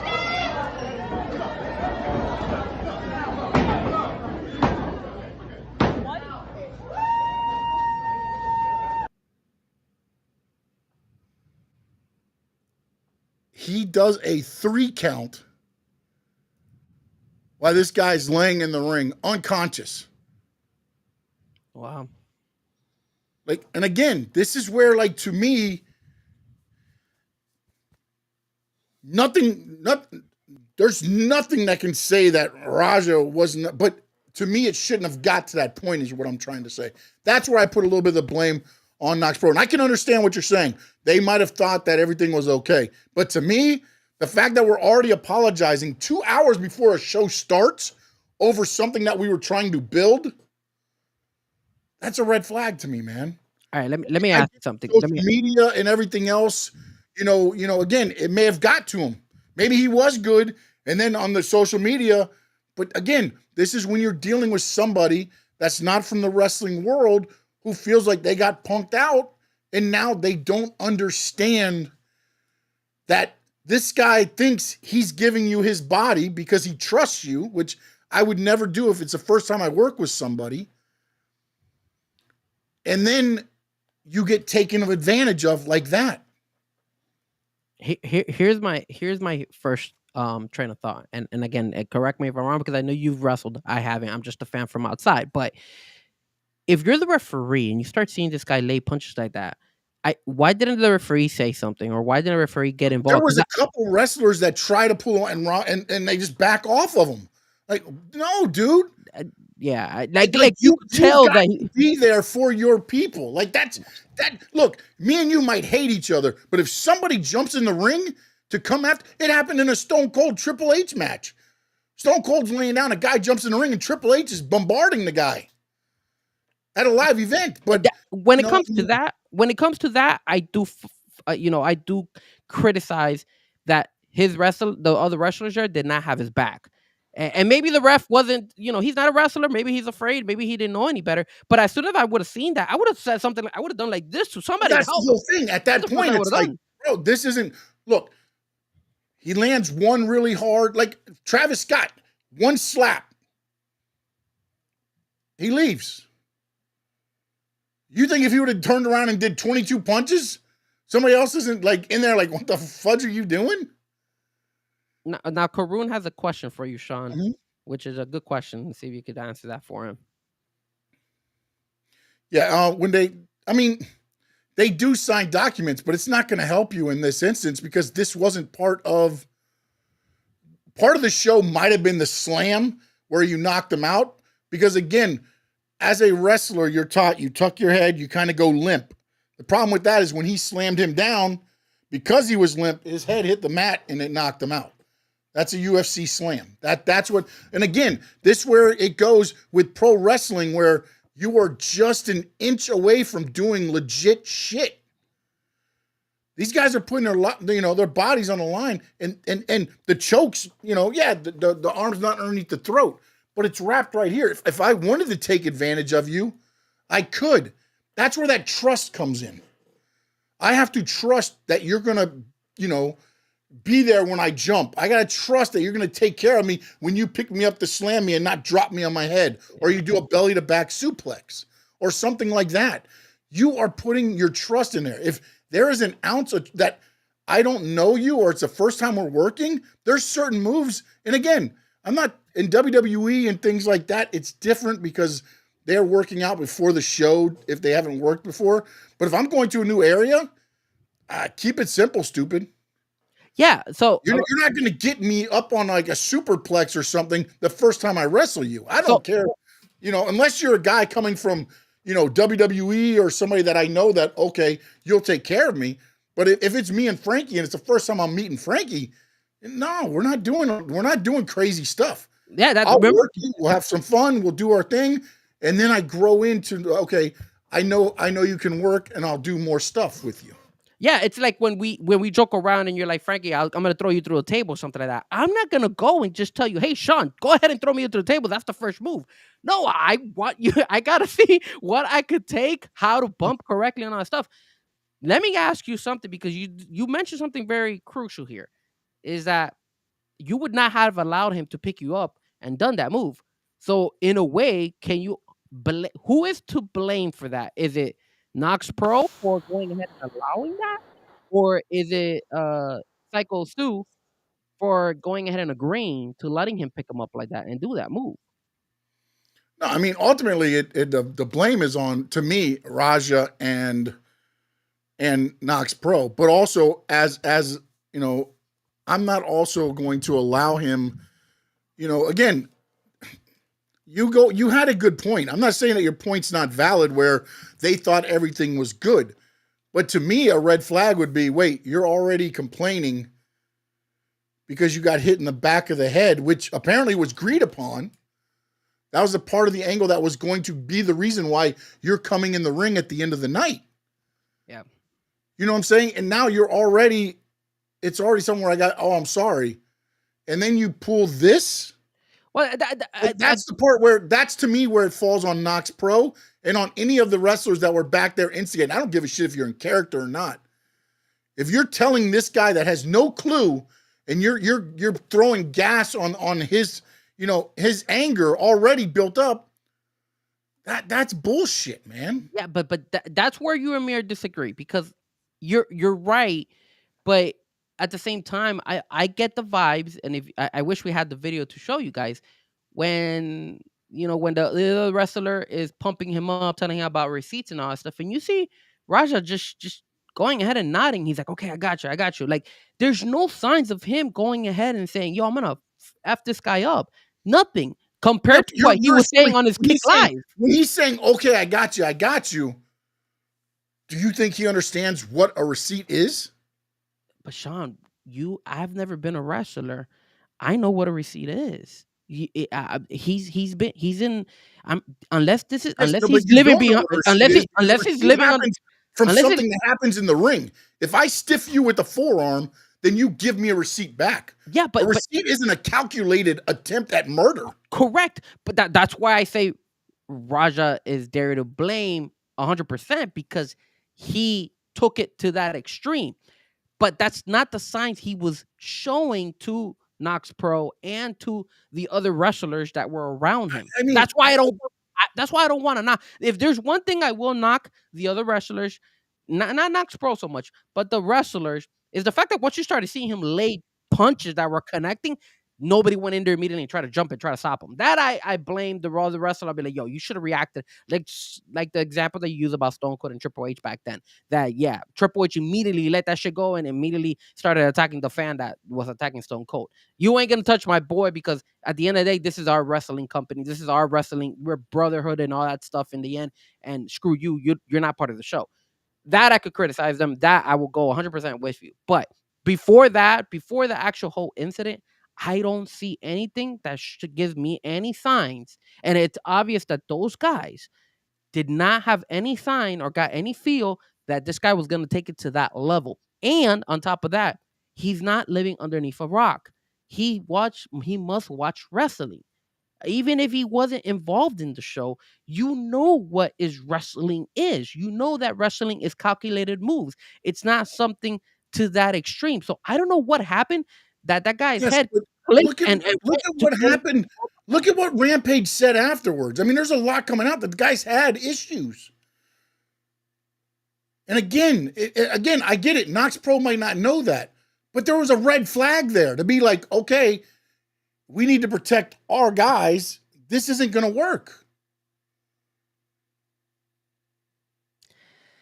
And again, it's somebody. Look, if Raja had been on 20 cards and never had an incident, I could be like, okay.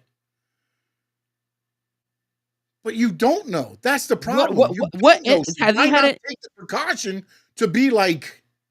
Has Raja Jackson have issues outside before this situation? Is that because that's what you said? I look up Raja Jackson right now, and this is what it says. SB Nation. This is again headlines. I'm just reading this, okay, from headlines. SB Nation. Quentin Rampage Jackson reveals his son Raja hasn't been the same since his mom was murdered. I remember that. And then, again, he went on there and said he's not condoning what his son did. And things like he said his son has been, he said his son had a concussion from 2 days before at the gym, and he probably shouldn't have been doing any of this. Again, where I fault Knox Pro is you put your guy in a terror. And again, I get it. Where maybe he wanted to do it because of, it being with Raja Jackson or whatever. But as I talk about with the Dolphins, sometimes, and if you talk about with football players, sometimes you got to protect the players from themselves. And it just, I get it. I get what you're saying and all that, but no, man, you are responsible for anything that happens as a company. Anything that happens inside that building is your responsibility. You pay insurance. You pay everything else to get a building. And for them to not take the steps, I feel that could have been avoided in a way, man, just because you wanted. And again, it's one of those things to where I keep looking back at it because apparently Knox Pro sent out a tweet or a text to like a lot of their wrestlers to not talk to the police and this and that. Because one of the things that you're always taught in wrestling, and again, it's an old school mentality of it all is, has anybody talked about Knox Pro Wrestling up till this incident? No, not at all. And now it's on everywhere. National media, everywhere. I look something up right now, and it says here that Rampage Jackson appears to tease Raja in a viral clip, jokes about wrestling and tights. In the minute long video, Rampage can be heard talking to his son about professional wrestling. At one point, he jokes. He tells him, "Did you get jumped by a bunch of dudes in tights? You was hugging a dude in some damn tights. I saw you hugging on your coach." And then it says the exchange, while delivered in Rampage trademark blunt style, didn't sit well with Raja. His sharp reply came almost instantaneously. "Man, shut the F up. I wasn't effing hugging on nobody. I'm at a pro wrestling show." That comment right there, Sean, is telling me that he knows the difference between going ahead and making moves, doing what he has to do to entertain, than what he actually did to that poor guy and actually beat him up. No, I mean that is telling me right there that he knows the difference, and Raja that's Jackson why should be charged. He should be charged no matter 100%. But what I'm saying is, there's more guilt to go around. But that's where I go and say that he knew what he was doing, and I'm not gonna blame Knox Pro, and I'm not gonna blame the other wrestlers before the incident, because he knows what wrestling is all about. So when you come and you give me that example of like, hey, you got to give him receipts. Yeah, but he knows what it is. He knows what receipt is because he mentioned it to his father saying, "I'm at a pro wrestling show." So that means that he's not. No, but he's not living underneath a rock. A lot of the people that, but that's where a lot of the fans and quote unquote marks think they know wrestling lingo because they hear it online or everything else, but they don't understand what a receipt is. A receipt is I kicked you in the mouth, so you're going to end up taking a receipt during the match and kick me back in the mouth or whatever it is. That's a receipt. A receipt is not knock you out and punch you 22 times. It says here in the same stream just before entering the ring, he addresses fans egging him on. Yeah, How many subs to knock him out? That's a good question. You're about to see how fake of a crash out I am. there you go. Again, I don't justify the kid for doing But what also he did. here's the other thing. If Knox Pro was trying to get the thing because he knew he was streaming on Kick, you have somebody watching the Kick stream. Well, actually, you know what? I think it was not No Doubt or somebody was mentioned that said somebody in the chat said that. I don't know. I don't know if it was No Doubt or Karoon. One of you guys was saying that. Oh, there it is. No Doubt said was nobody at Knox Pro watching the stream to know what was coming. Yeah. No. And But again, that's where this whole thing, once he got mad at the first thing that happened, done. We appreciate it. We're going to give you this much money. Here's your payday. Thank you. We're going to wipe our hands clean. That's it. I don't know, Sean. I don't know. I mean, keep in mind you have a guy's name. The wrestling organization is trying to make a name for themselves. The guys had a talk. It looks like everybody squashed it. It was gonna be good show. People were gonna go. It was But being again, you promoted. gotta It was on protect Kick. them from themselves. Yes, but I don't I don't know, man. I don't want to put the blame on Knox Pro, and I don't want to put the blame on the wrestlers. I think he tricked them. I think he sold them that everything was okay, and then behind the scenes he said, "F you, I'm gonna kick And this again, guy's ass." that's on the promoter. It's on the promoter. You think Vince McMahon gets tricked? You think any of these guys get? Vince McMahon had the Ultimate Warrior wrestle a match, got back to the back, and then fired him. Yeah. I mean, I can't compare. I can't compare. I can't have your company's name up there, but this is not. I would not want my company associated with this. An attempted murder. I agree. But again, that's what I'm saying. They needed to stop it then. The first issue of there's already a problem. Like I get that, and then. All right. Well, let me ask you this. And negligence. If you don't have somebody watching the stream just to be like, hey, let me know what's being said, so that again, if you unless he said, look, I'm gonna go on my stream and I'm gonna be like, I'm gonna F him up and this and that. But if he starts going off on something else to where I'm like, no, this is done. This is done. Yeah, but Sean, it's an indie I get show. word in there. What? It's an indie show. It doesn't matter. It doesn't mean that your guy gets freaking murdered in the ring almost. These guys are not gonna go out on a limb to watch what is going on. They're more not even. How many times I mean, I don't have to be a promoter out there, but are you telling me the owner of the indie show of that company of Knox Pro is tuning into his Kick instead of focusing on the programming of his wrestling show that he's selling to the audience? That's part of why you have Raja there. If you know he's streaming, and by the way, the beatdown was on his stream live. Yeah, but you don't have. So you knew that was going to be happening because you okayed that. Yeah, but you don't go with the mindset. Oh, let me tune into his live stream because you weren't expecting that. That's why you should go with the mindset, though. If you're the promoter and you got your money on the show and you got your money on this event and you got your money against this and that, how are you not protecting your own ass? Because that's bad business. That's bad business, man. I could understand. If I'm a pro wrestler, I don't go work for Knox Pro. Why? Are you going to take care of me? Hell no. I just watch one of your guys get beat down, and then you send out a text to your wrestler saying, hey, don't talk to the cops.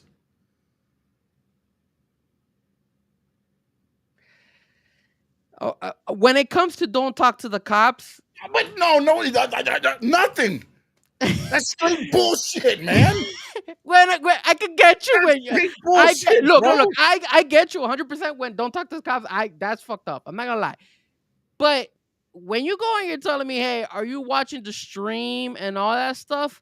No. Okay, I'm Dude, I'm at the show. I'm at the show watching this guy. We're recording because I'm pretty sure they probably record their shows to probably play them back for, just areas that they need to improve. Maybe they show it on YouTube. And I'm going based on, like, for example, the indie show that we like to tune in on CCW, that they record all their shows and all that stuff. But you don't have a full cast. You don't have 5-6 guys running this show. You're the owner. You have to be controlling what's going on with the fight. You got to control it. Out of your mind, no, bro. No. You want to know why? Because I will tell you this. There is also individuals that are not only the owners or not only the thing, but they also are part of the show.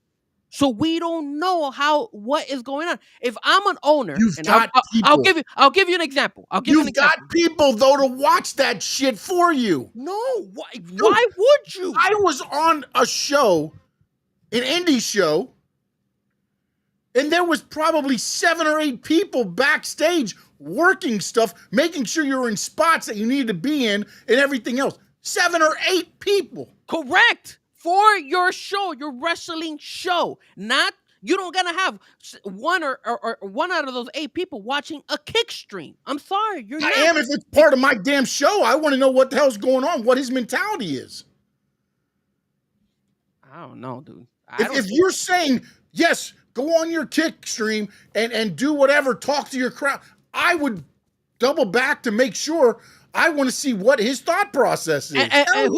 And who's to say, even if, like, we don't, I don't know, man. I don't know, dude. I can't agree with you that. I can't agree with you that. Because at the end of the day, we could be having this stream right here. I could mute myself, and then I could turn off my camera for like 2 seconds, and then be talking shit behind your back on another video, and you won't even know about it. Yeah, but I know you went silent for 2 minutes, right? For a couple minutes, right? Yeah, but that's only because I know something's up.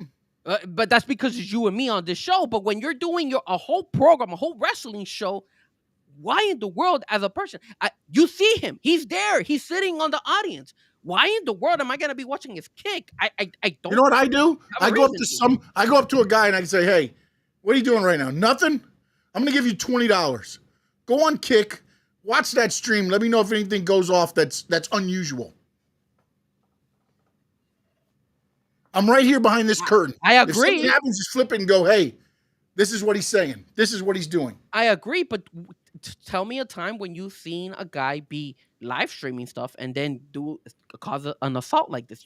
It's not common, Sean. It's not common. So that's why you don't go in there with the mindset. But that's what happens when you have a guy that you don't know nothing about, though. When you don't know about somebody, you take the precautions you need to take. Sean, you're right. But again, you keep not your point of view is different from mine. My point of view here is he fooled them. He was basically giving them a different view. I totally understand what you're saying there. But at the same time, if he fooled them and there was already an issue before anything happened, I'm cutting losses. Sean, how many times? And again, this isn't going to work. I'll figure out something else. I'm sorry. It's very easy for us to say that because we're not running that wrestling show. You don't know how many people. I don't know if they've. I might be talking out of my ass. We don't know how many people they were selling this storyline already for those fans who were watching that show. I will say not many because the kid in the thing was like, that guy really punched him for real that just jumped in the ring. Nobody knew who he was. But that was a kid. So I get it. But I'm saying, like, they probably may have tried to sell this to the audience. They might have gone ahead and tweeted stuff. That way viewership can keep going and people can look at it. We don't know because I don't follow this wrestling. Frankie, I get what you're saying. But okay, so if I own... I like Universal. Yeah, I know. He loves you. He's the guy with the glasses. And yelled it. I agree with the guy in the glasses. Yes! Frankie Fresco. Yes, you're damn right, Universal. I love you, Universal. That's my Universal. Thank you for joining the show, man. Appreciate it, but bro. hey, here's the thing, Frankie. If I own a trucking company, right? Mm-hmm. All right? And I've got a trucker that falls asleep every 4 hours on the dot. Do I send him on the 6-hour trip knowing he's going to fall asleep? Or do I take precautions? How did you find out that he fall asleep every 4 hours? He's already had 3 accidents. Okay, perfect. Then there's no but it had to be 3 accidents before you actually found out that he would fall asleep. How many accidents did Raja show to this wrestling company? As soon as he got hit in the head, he complained. That's enough for me. That's what you say right now, just to try to prove your point. But when you're talking and you're apologizing and you have it on camera and the other wrestlers are going ahead and listening to this shit and they're saying and say, "Yo, everything's cool, everything's cool." Who are you gonna back up? You're gonna be like, "Nah, man, I'm gonna take him off. I just don't feel like he's authentic with me." No, he was selling us like he was okay with it, that he had bought it great, and maybe great. He worked the boys, but as the promoter, I've got to put on my big boy pants or big girl pants and make a decision that's better for my company.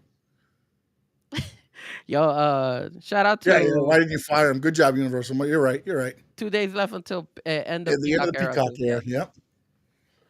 Good riddance. I mean, No, I like like I said, man, I think because we're not in their shoes, it's easy for us to go ahead and say those things. If I'm a wrestling promoter, if I'm the owner of that at Knox Pro Wrestling, right? And I see let me ask you this then, Frankie. Let me just do this. Listen, I do fall asleep every 4 hours too. I'm about to go take a nap as soon as this ends. But Frankie, all right. So here we go. Let me ask you this. I knew this was going to go long. I lost a little bit of my train of thought here. I knew we were going to long with this topic. I knew it. Damn it. What'd you just say? No, I'm not going to tell you because I wanted this topic. Universal agrees with me. Karun agrees with me. No, I'm just playing you guys. But I don't know. What were you going to say? Maybe. I forgot what you said something in it and maybe hit a light bulb. All right. Well, while you think about that. Yeah, go ahead. Just cut me off once you remember. Yeah, I will. You know I will. Go on. Again, you just finished saying that the first incident automatically went ahead and made you a light bulb say, "Yo, we can't work with this guy." How many instances at your job, right, where you fuck up and where you go ahead and you're like, "Oh shit," and you apologize and you're like, "Look, my bad, man. I didn't do it on purpose. My fault." And you believe the person, right? And then you find out again by trial and error that they do it again. Hey, shame on you the first time, shame on me a second time, because now I believe your bullshit and you were selling me on that shit. So screw you. Now I'm not even gonna believe anything that comes out of your mouth. That's what I'm trying to tell you. Here's my problem with that. My job, if I screw up, I might not kill somebody. And again, as a wrestler with anybody, you're trusting them with your body, with your health, with your livelihood. That's not something that just like, oh, you know what? Let's take a chance. Okay, let's take a chance. And what happened?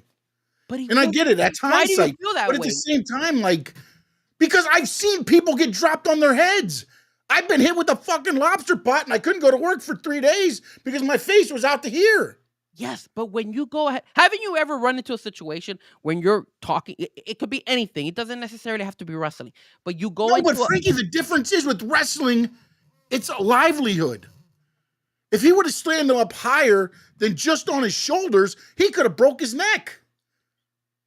Like, there's more to it. He gave him his body. But Sean, he gave him his body. That's where it's different in wrestling. It's not a mistake. It's Frankie, not different in wrestling. Him knocking him out by a slam and hitting him 22 times in the face is not a mistake. I agree with you on that. But what I'm trying to tell you is you keep trying to sell to me that you're blaming Knox Pro and you're blaming the wrestlers. I said they have some blame. I'm not blaming them like, no, they have blame. I get it. The fact that it happened, they have blame. I don't put any blame on them. I'm sorry. Oh, bullshit, man. It's their wrestling ring. It's their show. Yes, it's their show. But and he already had an issue in the back. When you're sucker, he already had an issue in the back, bro. He played them. He basically sold them something. If you got played, you're supposed to be the pro wrestler that's playing everybody else. If you got played, there's issues. Your job as a pro wrestler is to play people. That's your job. And you got played? Come on. Money talks, man. You don't know what. You got to think about Universal telling me to get real. Universal telling me to get real. I'm guessing it's me because he loves the guy in the glasses. I like Universal. He's good, bro. He reminds me of Well, Universal Studios well, too. no doubt. To be honest, I thought it was a popcorn tin, and I thought I was going to get this great sound because it was a Christmas tree match. So everything's wrapped in wrap. So he picked it up to throw it at me. I'm like, yes, throw it. Bam, boom, and my head went bloop. Luckily, I was wearing a mask at the time. And if it's true what Universal said, UFC is interested, I'll be shocked, bro. Because I don't know about all that. If I'm the UFC, I would not be interested whatsoever on that Raja kid. Hell no, that's an issue ready to happen. It says Raja is not a wrestler, was not trained as a wrestler, never been in That's wrestling school. exactly what Yes, at the very I, beginning.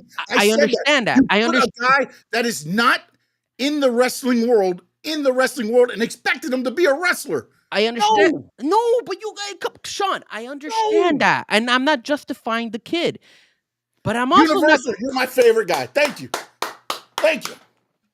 I agree with the fact that he has never been in the wrestling. That's where the blame on Knox Pro is. They put the guy in the ring. Yeah, but they put the guy in the ring because they wanted viewers. They wanted people. Well, then you bring him to your school, which Knox Pro has a school, and you work with them and you train them on what you're going to do. You ain't got to train him to be a pro wrestler, but you have to train him enough to where he understands what the expectations are. I could understand that. That I agree with you. I think that's something right. That is true. Yes, they should have done that. And like you said, if they didn't want to go through all those things, then they shouldn't gone to the extreme of having him slam or let Psycho Stu go ahead and allow him to get picked up and slam like that and all that stuff. There is a blame there. I agree with you in that aspect that they should have brought him earlier, showed him the ropes, trained him, and be, hey, this is the difference between real life and this is the difference between storytelling and creating a narrative for the fans in wrestling. But that doesn't go ahead. That maybe that's the only part now that I would admit that Knox Pro had issues. But when it comes to the other wrestlers, when it comes to during being there at the main event, being there at the show, I'm sorry, man. Raja Jackson sold them. He acted cool about it. He thought that everything was okay. Everybody seemed like it was okay. I'm pretty sure if any of the other wrestlers, especially with their experience, would have noticed that this guy had like a temper issue or would have noticed something wrong with him, they would have said something to somebody and said, "Hey man, don't let this kid get in the ring. It's bad." They all agreed to it. So if you're telling me that you want to blame the wrestlers and Knox Pro, then you're basically telling me that none of those wrestlers that were there at that show and that dealt with that kid know the difference between wrestling and real life, because obviously you could tell when somebody is flipped in the head and is about to do some harm to somebody. Either they didn't care that he was going to do it, or number two, they just don't know about it. They just don't realize it. Because I'm shocked. You as a wrestler, Sean, I go to you and you and we had this. Let's say I'm Raja and I'm flipping out, and then we apologize. You don't know me. I don't know you. We're just getting to know each other. And I said, yo, you said to me, hey, man, I'm sorry and everything. And I shake your hand. I'm like, yo, Sean, you know what, man? I appreciate it, bro. Yeah, that's fine. Everything's okay. Your first instinct as a human being and in a wrestling show and all that stuff is, hey, okay, I think we squashed everything. The kid looks like he's fine. There's nothing wrong with him. He's not showing me anything mean. He's not showing anything that is going to like fuck me up even more. There's nothing. There was no signs after they shook hands that kid was going to react that way. That's why I don't blame the wrestlers and Knox Pro to a lot of extent. I agree with you. They should have at least brought them and probably trained them and done like a quick rundown of what they wanted to do. That they should have done. You're right about that. But since they didn't do that, and the moment that they're in this situation, this predicament, they kind of gotta go with the show. I can't blame them. I'm sorry. I just can't. Like, should the kid have been in the ring in the first place? No. But once they were there, they weren't expecting this. And this is not something that happens on a daily basis in their wrestling. Most people avoid it. That's why. Most wrestling companies will avoid that part of it. They don't want to see one of their guys end up in a hospital. Of course not. And they got lucky that the guys didn't die because he was in the hospital. He didn't get slammed too much higher on his neck too. I mean, it wasn't like he. Again, man, it's one of those things. When you're wrestling, you're giving your body to them. All right, we've done this enough. It's time to go talk. Or yeah, we went at it for a while. Clash in Paris talked here. All right, time. This will end the show. Clash in Paris, our picks. We will start with, Jericho donated money. Mr. Beast donated money. There's a lot of wrestlers that kicked in money on that. Even one of the basketball players did too. Forgot who it was though. Can't remember who it was. Really? Yeah. Yep, there's a basketball player. No doubt I don't even do, I eat lobster now and I don't even want, it gets cracked and everything in there. I heard they're going to add another match. I don't know. Did they add the other match Universal yet? I heard it's Randy and Drew McIntyre, Randy right? and Drew McIntyre, right? A return match from the whatever. That's what I heard. That's what I heard, but I just didn't see it on this one. It's not here yet. It's 6 now. So we'll do that one. Randy and Drew. You want to start with that one? Yeah, let's start with that one because I think that's what's going to that got added. Okay. It's not on my list here, so I want to do it now before I forget about it. Yeah, I didn't have it on the list when I looked it up either. Yeah. I like Drew McIntyre on this. I think Drew McIntyre needs the victory more than Randy, and as it typically happens, Randy got the last laugh. He's given him a couple of RKO's already, a couple times. It only makes sense for Drew McIntyre to finally get the upper edge, and I think this is a good way to push Drew McIntyre to be Cody Rhodes' next opponent. So I'm gonna go with Drew McIntyre. I think Drew McIntyre wins this. I agree with you 100%. I think this is the match that elevates Drew up to Cody, and so they can have that match there. Nikki Bella challenges Becky Lynch for the Women's Intercontinental Championship. What says you, Frankie Fresco? Look, this is probably one of the most exciting matches that I want to see because I'm a huge Becky Lynch fan, and I think Nikki Bella is so freaking hot. So I'm going to be tuned in 100% on this match. I like Nikki Bella, but I just don't think Becky Lynch is going to drop that belt. So I'm going to go with Becky on this one. You know what's interesting is I feel like Nikki Bella's going to end up winning the belt. I just don't think it's at the Clash in Paris. I think they end up doing something in this one where it's a cheap win by Becky to bring it back. And then run. Yeah, I did hear about that Universal. Yeah. What did she specifically say? Because they were hating. It was in Birmingham, and she's like, "Now I know why Ozzy died, or he died because he didn't want to live in Birmingham anymore, or something like that." Yeah. That's just along the lines of the thing. And then Kelly Osbourne jumped on, and again, Ozzy is in the WWE Hall of Fame. He is. He's done a lot of stuff. You know what? By you saying that, I mean, there's a very good chance just because she's getting a lot of heat right now, they might not keep her. They may take the belt off of her, but I think ultimately Nikki will win the belt. I just don't expect it to be Clash in Paris, but with all this going on now, maybe. But I'll go with Becky right now, but I think Nikki will end up getting the belt. The good old fashioned Donnybrook match: Sheamus versus Rusev. How about you go with that one first? All right, man. I think Sheamus wins it, man. Damn. You don't get a good old fashioned Donnybrook match, and Sheamus doesn't get the payoff. So I'm gonna go Sheamus in this one. Funny enough, you say that. I was leaning to Sheamus. I think Rusev is good, but I don't know. I think this feud is gonna continue even after this match, and I think you give it to Sheamus, and then you kind of run it back. So I agree with you. I got Sheamus as well.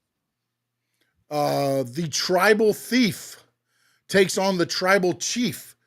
The Shuafala on the line. Roman Reigns, Bronson Reed.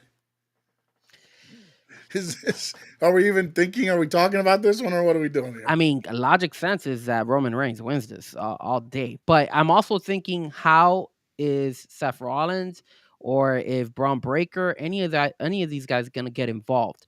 And I feel like maybe Braun Breaker is going to get involved some way, somehow. And they've been spearing each other here and there. So I'm going to go on a limb, and I'm going to say Bronson Reed takes the dub. I think Roman Reigns could take the L, and Bronson Reed needs to win. So I'm going to say they get involved, everything happens, and he gets a cheap win because of either Seth or either Braun Breaker gets involved in this match. Man, we're kind of along the same. Like, I honestly think Roman wins this match because the whole Shua Fala thing and all this, but I think there's going to be a lot of shenanigans going on because I think the shenanigans backfire on the Vision in this one, and Roman Reigns takes the win. And then going to the next match, the heavyweight championship match, Seth Rollins, CM Punk, Jey Uso, and LA Knight, I think the shenanigans work for Seth Rollins, and he ends up walking out the champion. I agree to this. I don't know if the shenanigans are going to keep going in that CM Punk, Jey Uso, LA Knight match, but I do feel that it's hard for us to see Seth Rollins lose the belt, especially since he just won it. And of course, they're banking on him all this time. So I do agree. I have Seth Rollins as well winning that match. Yeah, and Universal does say, because I know Roman's going to go film some stuff, I believe. So he might get beat down after that one. He might win and then get beat down after. So that's a big thing there. The GOAT, never seen 17. John Cena. I can't believe he's fighting Logan Paul. And they put John Cena and Logan Paul set for generational battle. Look, I like what Universal's saying. Brock comes out. And I feel that Brock will come out. Yeah. But I feel that Brock is going to come out after John Cena wins. Yes. So I'm going to say John Cena wins, but then Brock comes out and attacks him again. Yeah, I can't see them. Man, they just turned them. Like I'm kind of thinking along the lines of, does Brock Lesnar come out and like let Logan Paul win this one somehow? Like he's F5s, Logan Paul goes up for the splash, ends up pinning Cena on his way out. Like that's a way to build up that, Lesnar Cena, but I also can't see them letting Cena take the L. I really can't, man. Not the Logan Paul. Like oof. No doubt. Is Brock allowed in Europe? I don't know. I'm guessing yes. And not only that, but there might be if Drew McIntyre wins against Randy Orton, there's a good way that maybe Drew McIntyre could get involved and help Logan because they've been together, especially the talking here and there. The last thing that Drew McIntyre told Logan Paul, I believe it was on Friday, was like, "Hey, make a statement." And then obviously he did the punch, his signature punch to John Cena. But for me, it's just hard for me to see John Cena lose. Like he just turned back to being a baby, and he just lost to Cody. I think he's gonna win. Yeah. All right. So there's our picks, and then we saw everybody else's, and pretty much along the lines of ours. Everybody went wrong. Universal, no doubt, and some of those there. So appreciate each and every one of you. Don't forget, every Wednesday at 6 p.m. we will be here talking wrestling, AEW, WWE. It probably won't be as long as it is today. We kind of got into it on the Roger Jackson going back and forth and round on the who to blame, what to blame, who to blame, how to blame issues there. But Frankie, let them know where they can see you and find you, man. Yeah, you guys can follow me at Frankie Fresco or Fresco Music, one of the two. You're going to be, if you guys want to tune in on Wednesdays, 8 p.m., IGR Miami is my show, the Cameo Mix Show. It's always there being played. And then obviously you can catch me if you're here down in South Florida. I usually DJ at different locations. Just follow me on all my social media platforms. I usually tell you guys where I'm at, and you guys are more than welcome to come visit me and say what's up to me while I'm DJing. Shout out to Josh. He came out one day when I was DJing at one of these spots. So I really appreciate everybody, and thank you once again for Sean for bringing me back and being part of the show. It's been a minute. I know we're very busy, and I know we got a lot of work going on, but I always do appreciate being part of the show, and thank you once again for having me on the show. I appreciate it, man. Well, at least one of us is happy you're back. But I'm just kidding. Of course, always, man. Always. The show wouldn't be the same without you, my friend. You can check me out at Stanley Media House on all social media platforms except for X. I'm at Stanley Media _11 there. Please subscribe to the YouTube channel, Stanley Media House. Also, the Frankie Fresco YouTube channel. We will talk wrestling on Wednesdays. We talk NASCAR on Mondays. And starting on Sunday, I'll do some post-game. Kane's winning, baby. Taking down the Irish this week. Oh, hold on a second. Top 10. If I could jump on that as a special guest, let me know. Because if Notre Dame is winning, you know that. Yeah. Like I said, the Canes will win. Should I live stream that? I might even live stream. Oh, you're it. gonna live stream it again? Every time you live stream, it hasn't been good for you, my friend. And Universal, thank you, my friend. Appreciate having you on. Yeah, man. Thank you for jumping in there. Please hit the subscribe notifications. Hopefully, you'll be here every Wednesday. And then also, I'm going to start going live and recap all of the wrestling shows. That starts next week. Oh God! Although next week, actually, I'm sorry. The Raw on Netflix will be after probably the NASCAR because I think it ends about the same time. So I'm not sure I can go on live with 2 live streams at the same time. And yes, I do have a Fuck the Luck shirt from Caneswear as well. They made one for my big ass. 3XL, baby. I got it. Just don't wear it because I think he's asking Frankie because Frankie always buys the other team shirts and then wears them to lose. It's a different year, guys. It's a different year, and Miami's not gonna win, dude. Like you guys think that Miami is gonna win. Raw's on at 2 p.m. next week. Yeah, Raw is on early next week. Yeah, It's 7 o'clock their time, 2 o'clock ours. Yeah, 7 o'clock their time, 2 o'clock. Yeah. I don't know if it's necessary, but they are talking about moving the time around on, I think, starting at 6. They want to start earlier some of the shows, I think, because of the football. They want to be done before football starts. There's talk. There's a couple of shows coming up in the Carolinas where they're asking people to be there at 5:30, which usually means they go live at 6. They're usually 30 minutes after the time they ask. So they will be going earlier, but right now they're going earlier because they're overseas, which they always do those shows when they're over there. And that's why the pay-per-view is an early start as well. So appreciate every one of you. Universal, appreciate you, no doubt. Appreciate you guys being on. As always, my dad, appreciate you. Cap for life, appreciate you as well. Karoon was in the house. Cody Burris, 456. Thank you, sir. Who else we got in here? Adrian was there. Adrian was in there. Finn's was in there. Finn Sammy, I saw him for a couple there. Appreciate him for being in. Oh, Towering Conk Zoo.